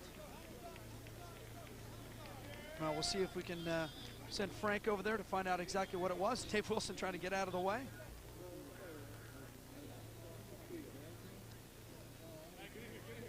Jermaine McCollum, Southridge High School in Miami. He and his brother Jermaine McCollum, both here today. Both have said that they will play together in college as well, and he's carried to the Florida bench. We'll try to find out exactly what happened underneath that pile. 10:08 to play, and it's second down now and 4 for Florida at the California, well, let's call it the 6-yard line. And again, they keep it on the ground. It's Travis Glassford, also from Southridge, and now this football is loose. They're going to whistle it. Darnell Bing going the other way. Darnell Bing is doing the smart thing. He's just going to continue to run, but I don't think it's going to count. And Gavin Dickey was chasing him. That would have been a good foot race had it counted, but I don't think this is going to count. The referees are all standing back at the 2-yard line with their hands in the air, saying, we blew the whistles. Where are you guys going? Well, Darnell Bing and Gavin Dickey put on a nice little show. Well, if anything else, it was exciting to watch the return by Bing. You know, Darnell has great speed. He has 4.4 speed. And when he got out in the open, he thought that he was gone, but he forgot that Gavin Dickey also has 4.4 speed. So he had to change gears to make sure he turned it up a notch to run away from Dickey. And he looked back and said, who is that? Oh, that's the quarterback, no problem. He looked back and he was still there. See if it is indeed a fumble or if the play is over. Well, with Glassford going off tackle, you see Bing, he does a nice job of just tackling the ball at that point. Very questionable if it came out before Glassford hit the ground, but watch Bing, he's going to come from the left side. He goes after the ball, stripped it out.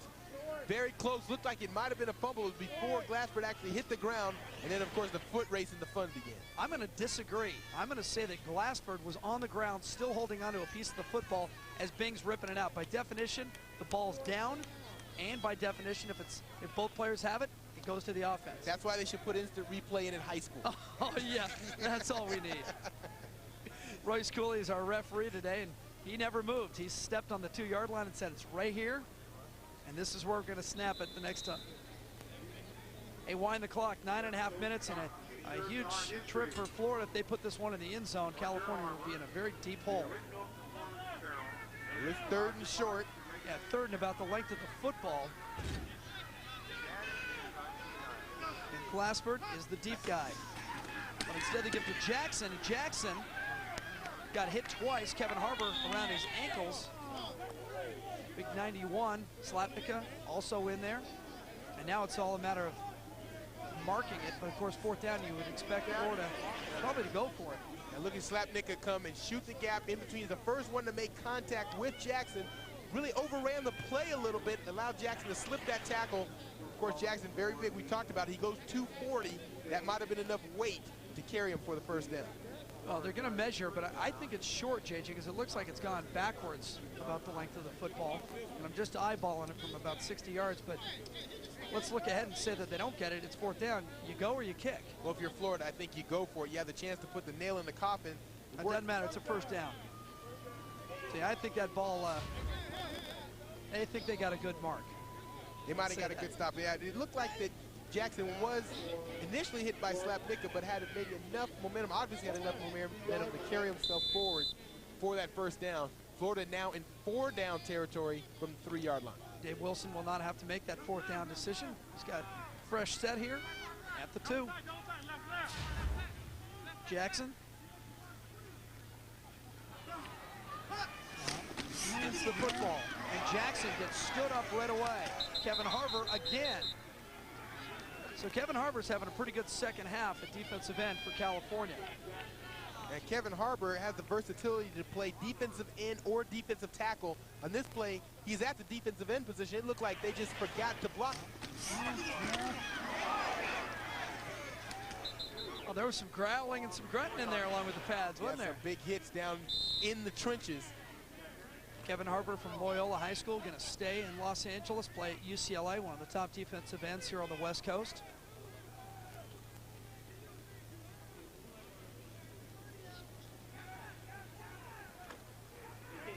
So now it's second down as the ball's marked all the way back to the 4-yard line. And Harbour, you look at his size, 6'4", 250, you think, okay, he's just a big defensive lineman, but this guy can run a 4.5 40. He's got a 30-inch vertical. Got a word for that. Athlete. California trying to make a stand. They got to have it. 7:44 to play and a 10-point Florida lead. 7:46 to play in the football game. CaliFlorida Bowl III. The best from each coast on the same field at the same time on Fox Sports Net. Jim Watson, John Jackson, and Frank Martin with you in Florida with a 10-point lead and the football at the California 5-yard line just inside, and a second down and goal. And California trying to stand up to it right now and keep Florida out of the end zone. This drive, this will be the 15th play, and this drive has gone 8.5 minutes. Started in the 3rd quarter. Jackson doesn't get in.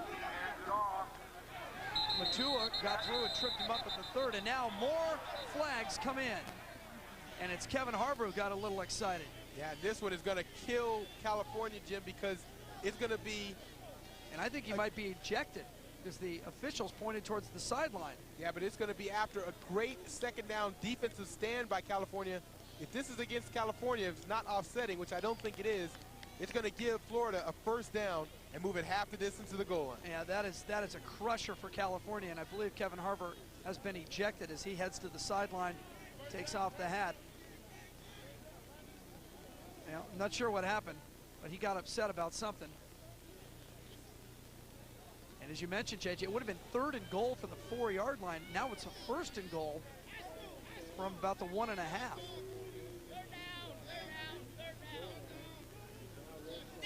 And it is true that Kevin Harbour has been ejected. It's the last thing you want in one of these all-star games, but you have to be able to keep your cool. You keep your cool on your own high school teams because you don't want to hurt your team. You have to come with the same kind of discipline in all-star games. James Jackson in the backfield has 2 touchdowns. They fake to him, and now Dickey throws one up for grabs in the corner of the end zone, and it's knocked down.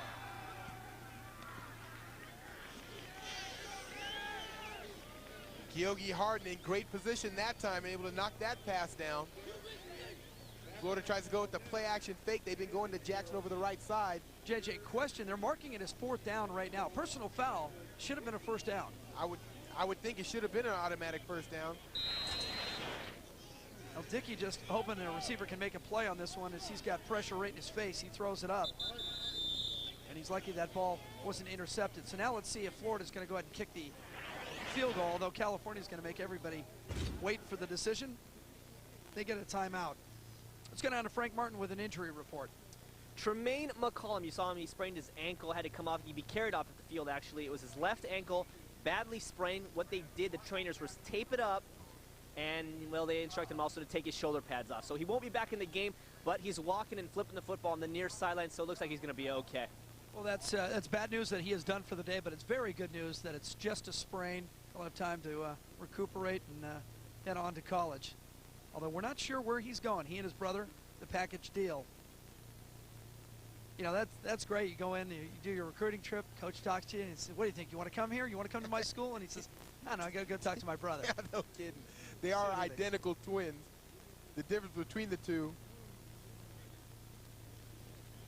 Tremaine goes at 5'9", 160, and Jermaine goes at 5'10". So they are identical twins, very close in size and very close in physical skills. Well, the personal foul did not give them a first down. In every game I've ever seen, it does. So it's 4th down now for Florida. So far they are 3 for 4 in the red zone. It did miss a field goal. That was the only time they didn't score in the red zone. It's 4th down. Dave Wilson says we'll go for it. And Florida is perfect on 4th down so far today. 2 for 2. Watch Dickey on the play action roll. And they're going to run the fade in the corner of the end zone. Incomplete. And California holds. They try to go to Ryan Moore. And Jim, Richard Marshall from Locke, local here in LA, was in perfect position on this fade route. If you're the corner, you want to make sure you get contact with the receiver. He did that. Now you want to make sure you're in position. And lastly, go up like he did at the highest point and make a play on the ball. That's a great play by Richard Marshall. Dickey actually throws a nice ball in the corner of the end zone, trying to go up to another one of his big play receivers, Ryan Moore, but Marshall in perfect position to make that play.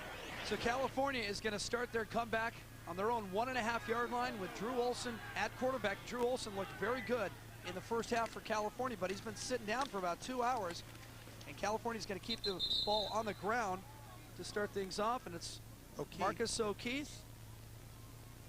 Well, they don't have a lot of time to fool around, JJ, because they have to score, stop Florida, and score again, obviously, and there's only 7 minutes here to play. Yeah, they're going to have to take some shots down the field, see if they can get Terry Richardson or one of these big play receivers behind the secondary of Florida, something they haven't been able to do all day, but if there's anybody that can get it done, Drew Olson, who's going to UCLA, can do it. Dave Anderson, Terry Richardson at the top of the screen. Mercedes Lewis is in the slot down low. And he's looking to the left side, and he's looking for Dave Anderson. Anderson makes the catch. Anderson to the 20. Anderson out to the 23-yard line. I'm telling you, if you're a college scout, that kid right there is a nugget. He'll play hard for you. Yeah, he has the intangibles, Jim. He's one of those receivers that just knows the game. He knows what to do for the first down, runs great routes, disciplined routes, and also has great hands. So, as you mentioned, any college that comes up with Dave Anderson, they'll be pleasantly surprised. Olson, throw it out in the flat. Soto. Soto maybe a yard, and the clock continues to roll. Well, that's the one downfall when you have a all-star game. You haven't worked on your two-minute offense probably too much. They are going no huddle, but there's not that sense of urgency that California's going to need. They have to come up with 2 scores, so they have to score, stop Florida, which they haven't been able to do all day, and then score again. So they need to show some urgency. This isn't going to help California's cause. Drew Olson is dragged down. Raka Atkins from Booker High School in Sarasota.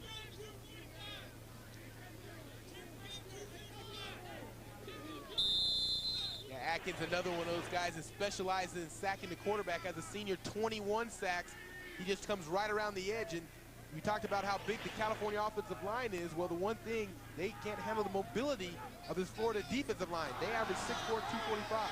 Loose ball, Florida picks it up and scores. Veronica Atkins, 2 good plays in a row. And the kid from Sarasota, Booker High School, may have just put the final nail in for Florida right here, picking up a loose ball and just dancing into the end zone. Well, it all started with the bad snap over Drew Olson's head. From that point, he had a hard time coming up with the ball, and that allowed Atkins the opportunity to scoop it up and pick it up, take it in for the touchdown, and put the nail in the coffin. Drew Olson over talking to Ben Olson and saying, I never had it, never got to me. Well, that's not what California wanted. Take a look at it again. Yeah, off to his right, he couldn't even reach that ball, and then he slipped. And you can see a perfect play for Atkins. Didn't have anybody around. He picks it up and walks in with it. Baraka Atkins looking at Florida, LSU, Miami, Michigan State, Ohio State. Best defensive ends in the nation. and a master at sacking the quarterback. They've had some battles themselves at their own practices. Florida with Atkins going toe-to-toe with Emmett Tatum and Terrell McGill, who's also a big-time talker for Florida. They had some great battles during the week. Obviously got them prepped up for the game against California. A lot of good players that we're seeing today, Jim, will be playing on Saturdays, and we know a few of them will go on to play on Sundays. Yeah, that's what's fun about these games is you mark down a few names, you put your notes in a drawer, and you pull them out 2 or 3 years later, and you say, oh my gosh, I remember that young man. And yesterday I was down at the Fiesta Bowl, and 4 or 5 kids that we covered in high school down there came by, said hello, and I'm in the airport coming back, and I see Chris Ricks, Casey Clausen. These are all guys from Southern California who've gone on to great things, and the folks watching in Florida, of course, you know Chris Ricks, and you watch him develop during his freshman year. Casey Clausen, of course, is the quarterback at Tennessee. Threw for 3 touchdowns, ran for 2 more. Balls pounded Michigan. Herschel Dennis. Dennis jumps the tackler. Dennis at the 30, out to the 32. So California down by 17 with 5 minutes to play. And more flags on the kickoff. And most of these penalties seem to be coming on the kickoffs when you have 22 guys running towards each other. Yeah, this is going to be on James Jackson for Florida. It's going to be another unsportsmanlike penalty. You can see Coach David Wilson very unhappy with that. He just, you know, these coaches, although it's an all-star game, they preach discipline to their teams. They want these players to act and behave professionally. Both sides, both teams, have not done that today. It's really, this game has really gotten out of hand in terms of the unsportsmanlike conduct. And the guy they were talking to there in your shot was James Jackson, who went to Lincoln High School and played for Dave Wilson. And you sure Dave's talking to him and saying, you're representing our high school as well. The folks back home are watching. Let's behave, young man. See the penalties, 9 combined penalties. Ben Olsen back in at quarterback, and offsides on Florida.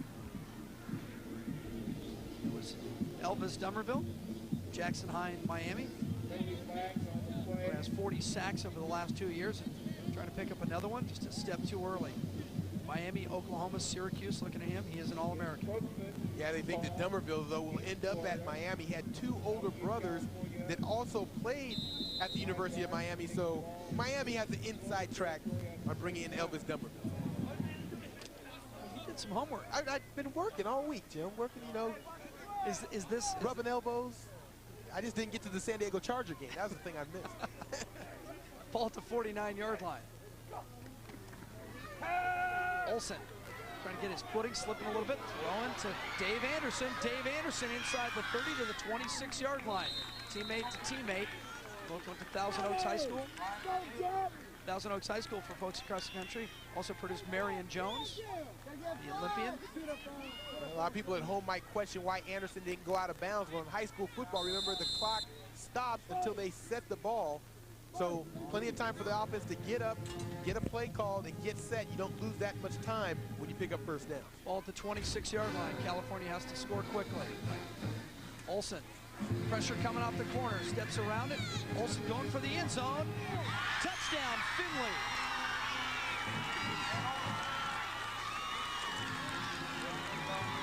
Well, James Finley has sort of been the forgotten man since the first half of this game when he came up with numerous big catches, including a touchdown. Here he gets his 2nd touchdown of the night. Watch Olsen. First he's going to have to elude the rush. That's Atkins. He steps around him. Then he has to deliver a strike.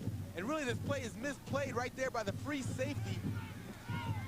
Looked like it was Hester, but in any event, it's Finley coming up with his 2nd touchdown of the game. So Todd Mertz comes on to try the extra point. Deficit is 11, so a 2-pointer wouldn't help him.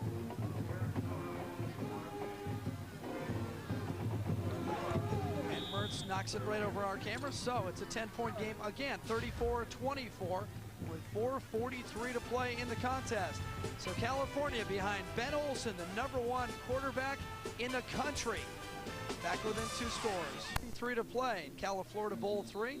And Florida leading 34-24. California has just scored. And now maybe looking for an onside kick. They're going to pooch this one to the left side. Had a chance at it. California actually touched it, but it went out of bounds.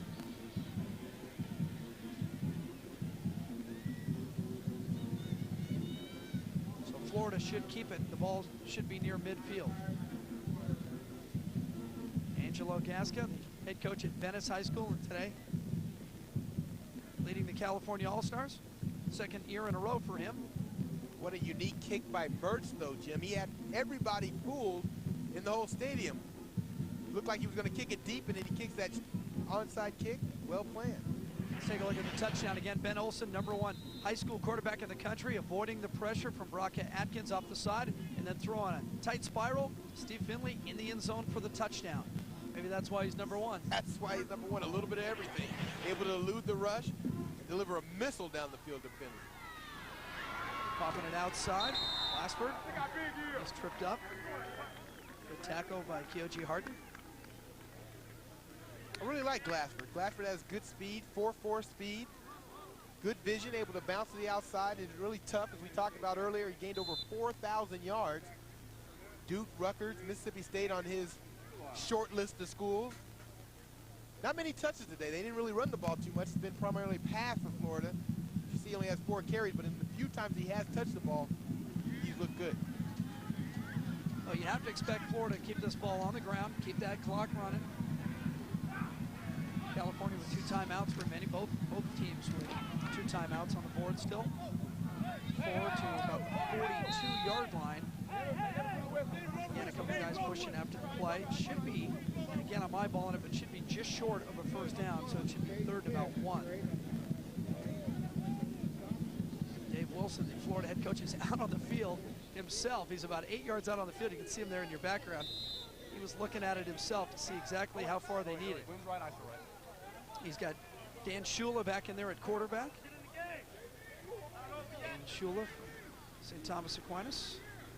And probably going to the Ivy League. This impressive numbers, the 4.66 GPA and a 14.10 SAT. The grandson of the legendary coach, Don SHULA. And now Trey Smith, and he didn't get there. It's 4th down. Be back to the line of scrimmage. The referee's going to stop the clock.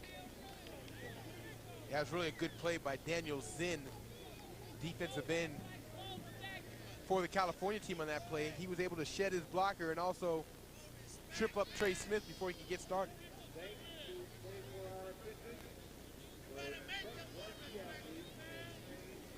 Timeout on the field with 2:58 to play now. Gives us a chance to remind you that weeknights at 11 o'clock. It's the last word with Jim Rome.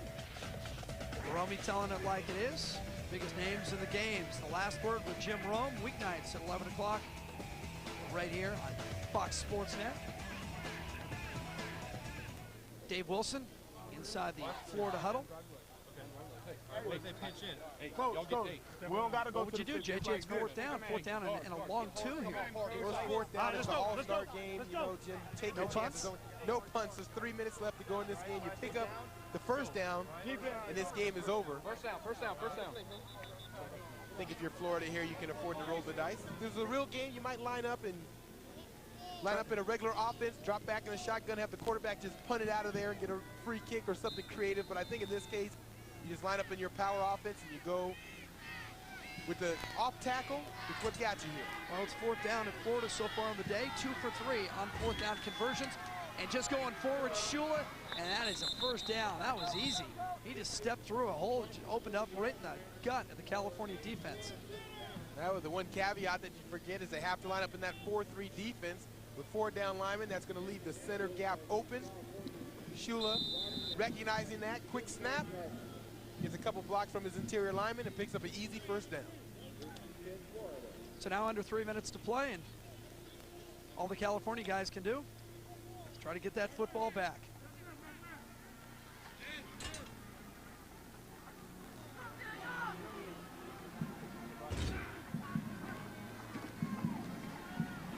And off, Glassford slipping on the cut at the 30-yard line. Boy, you saw Glassford explode into the secondary. Just got done talking about his explosiveness.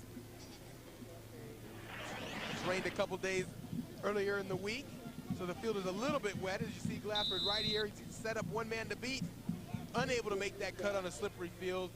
He's obviously a little frustrated by it. You know, Glassford has actually his family, father, His aunt, his mom, all made the trip from Florida out here to see their son play. They have to be happy with his performance. It could be a good trip for the Florida folks. Come out, watch this game, and then the Rose Bowl with Miami and Nebraska. Down to the 26-yard line. Obviously, all Florida's trying to do here is just run this clock out. 10-point lead. The series tied between these two clubs, one apiece. California winning in 2000 and Florida winning last year up in Santa Barbara, 2001. It's a young series, but it's turned out to be a pretty good one because they've gotten big names from both states. Yeah, and that has been the key. The first year that California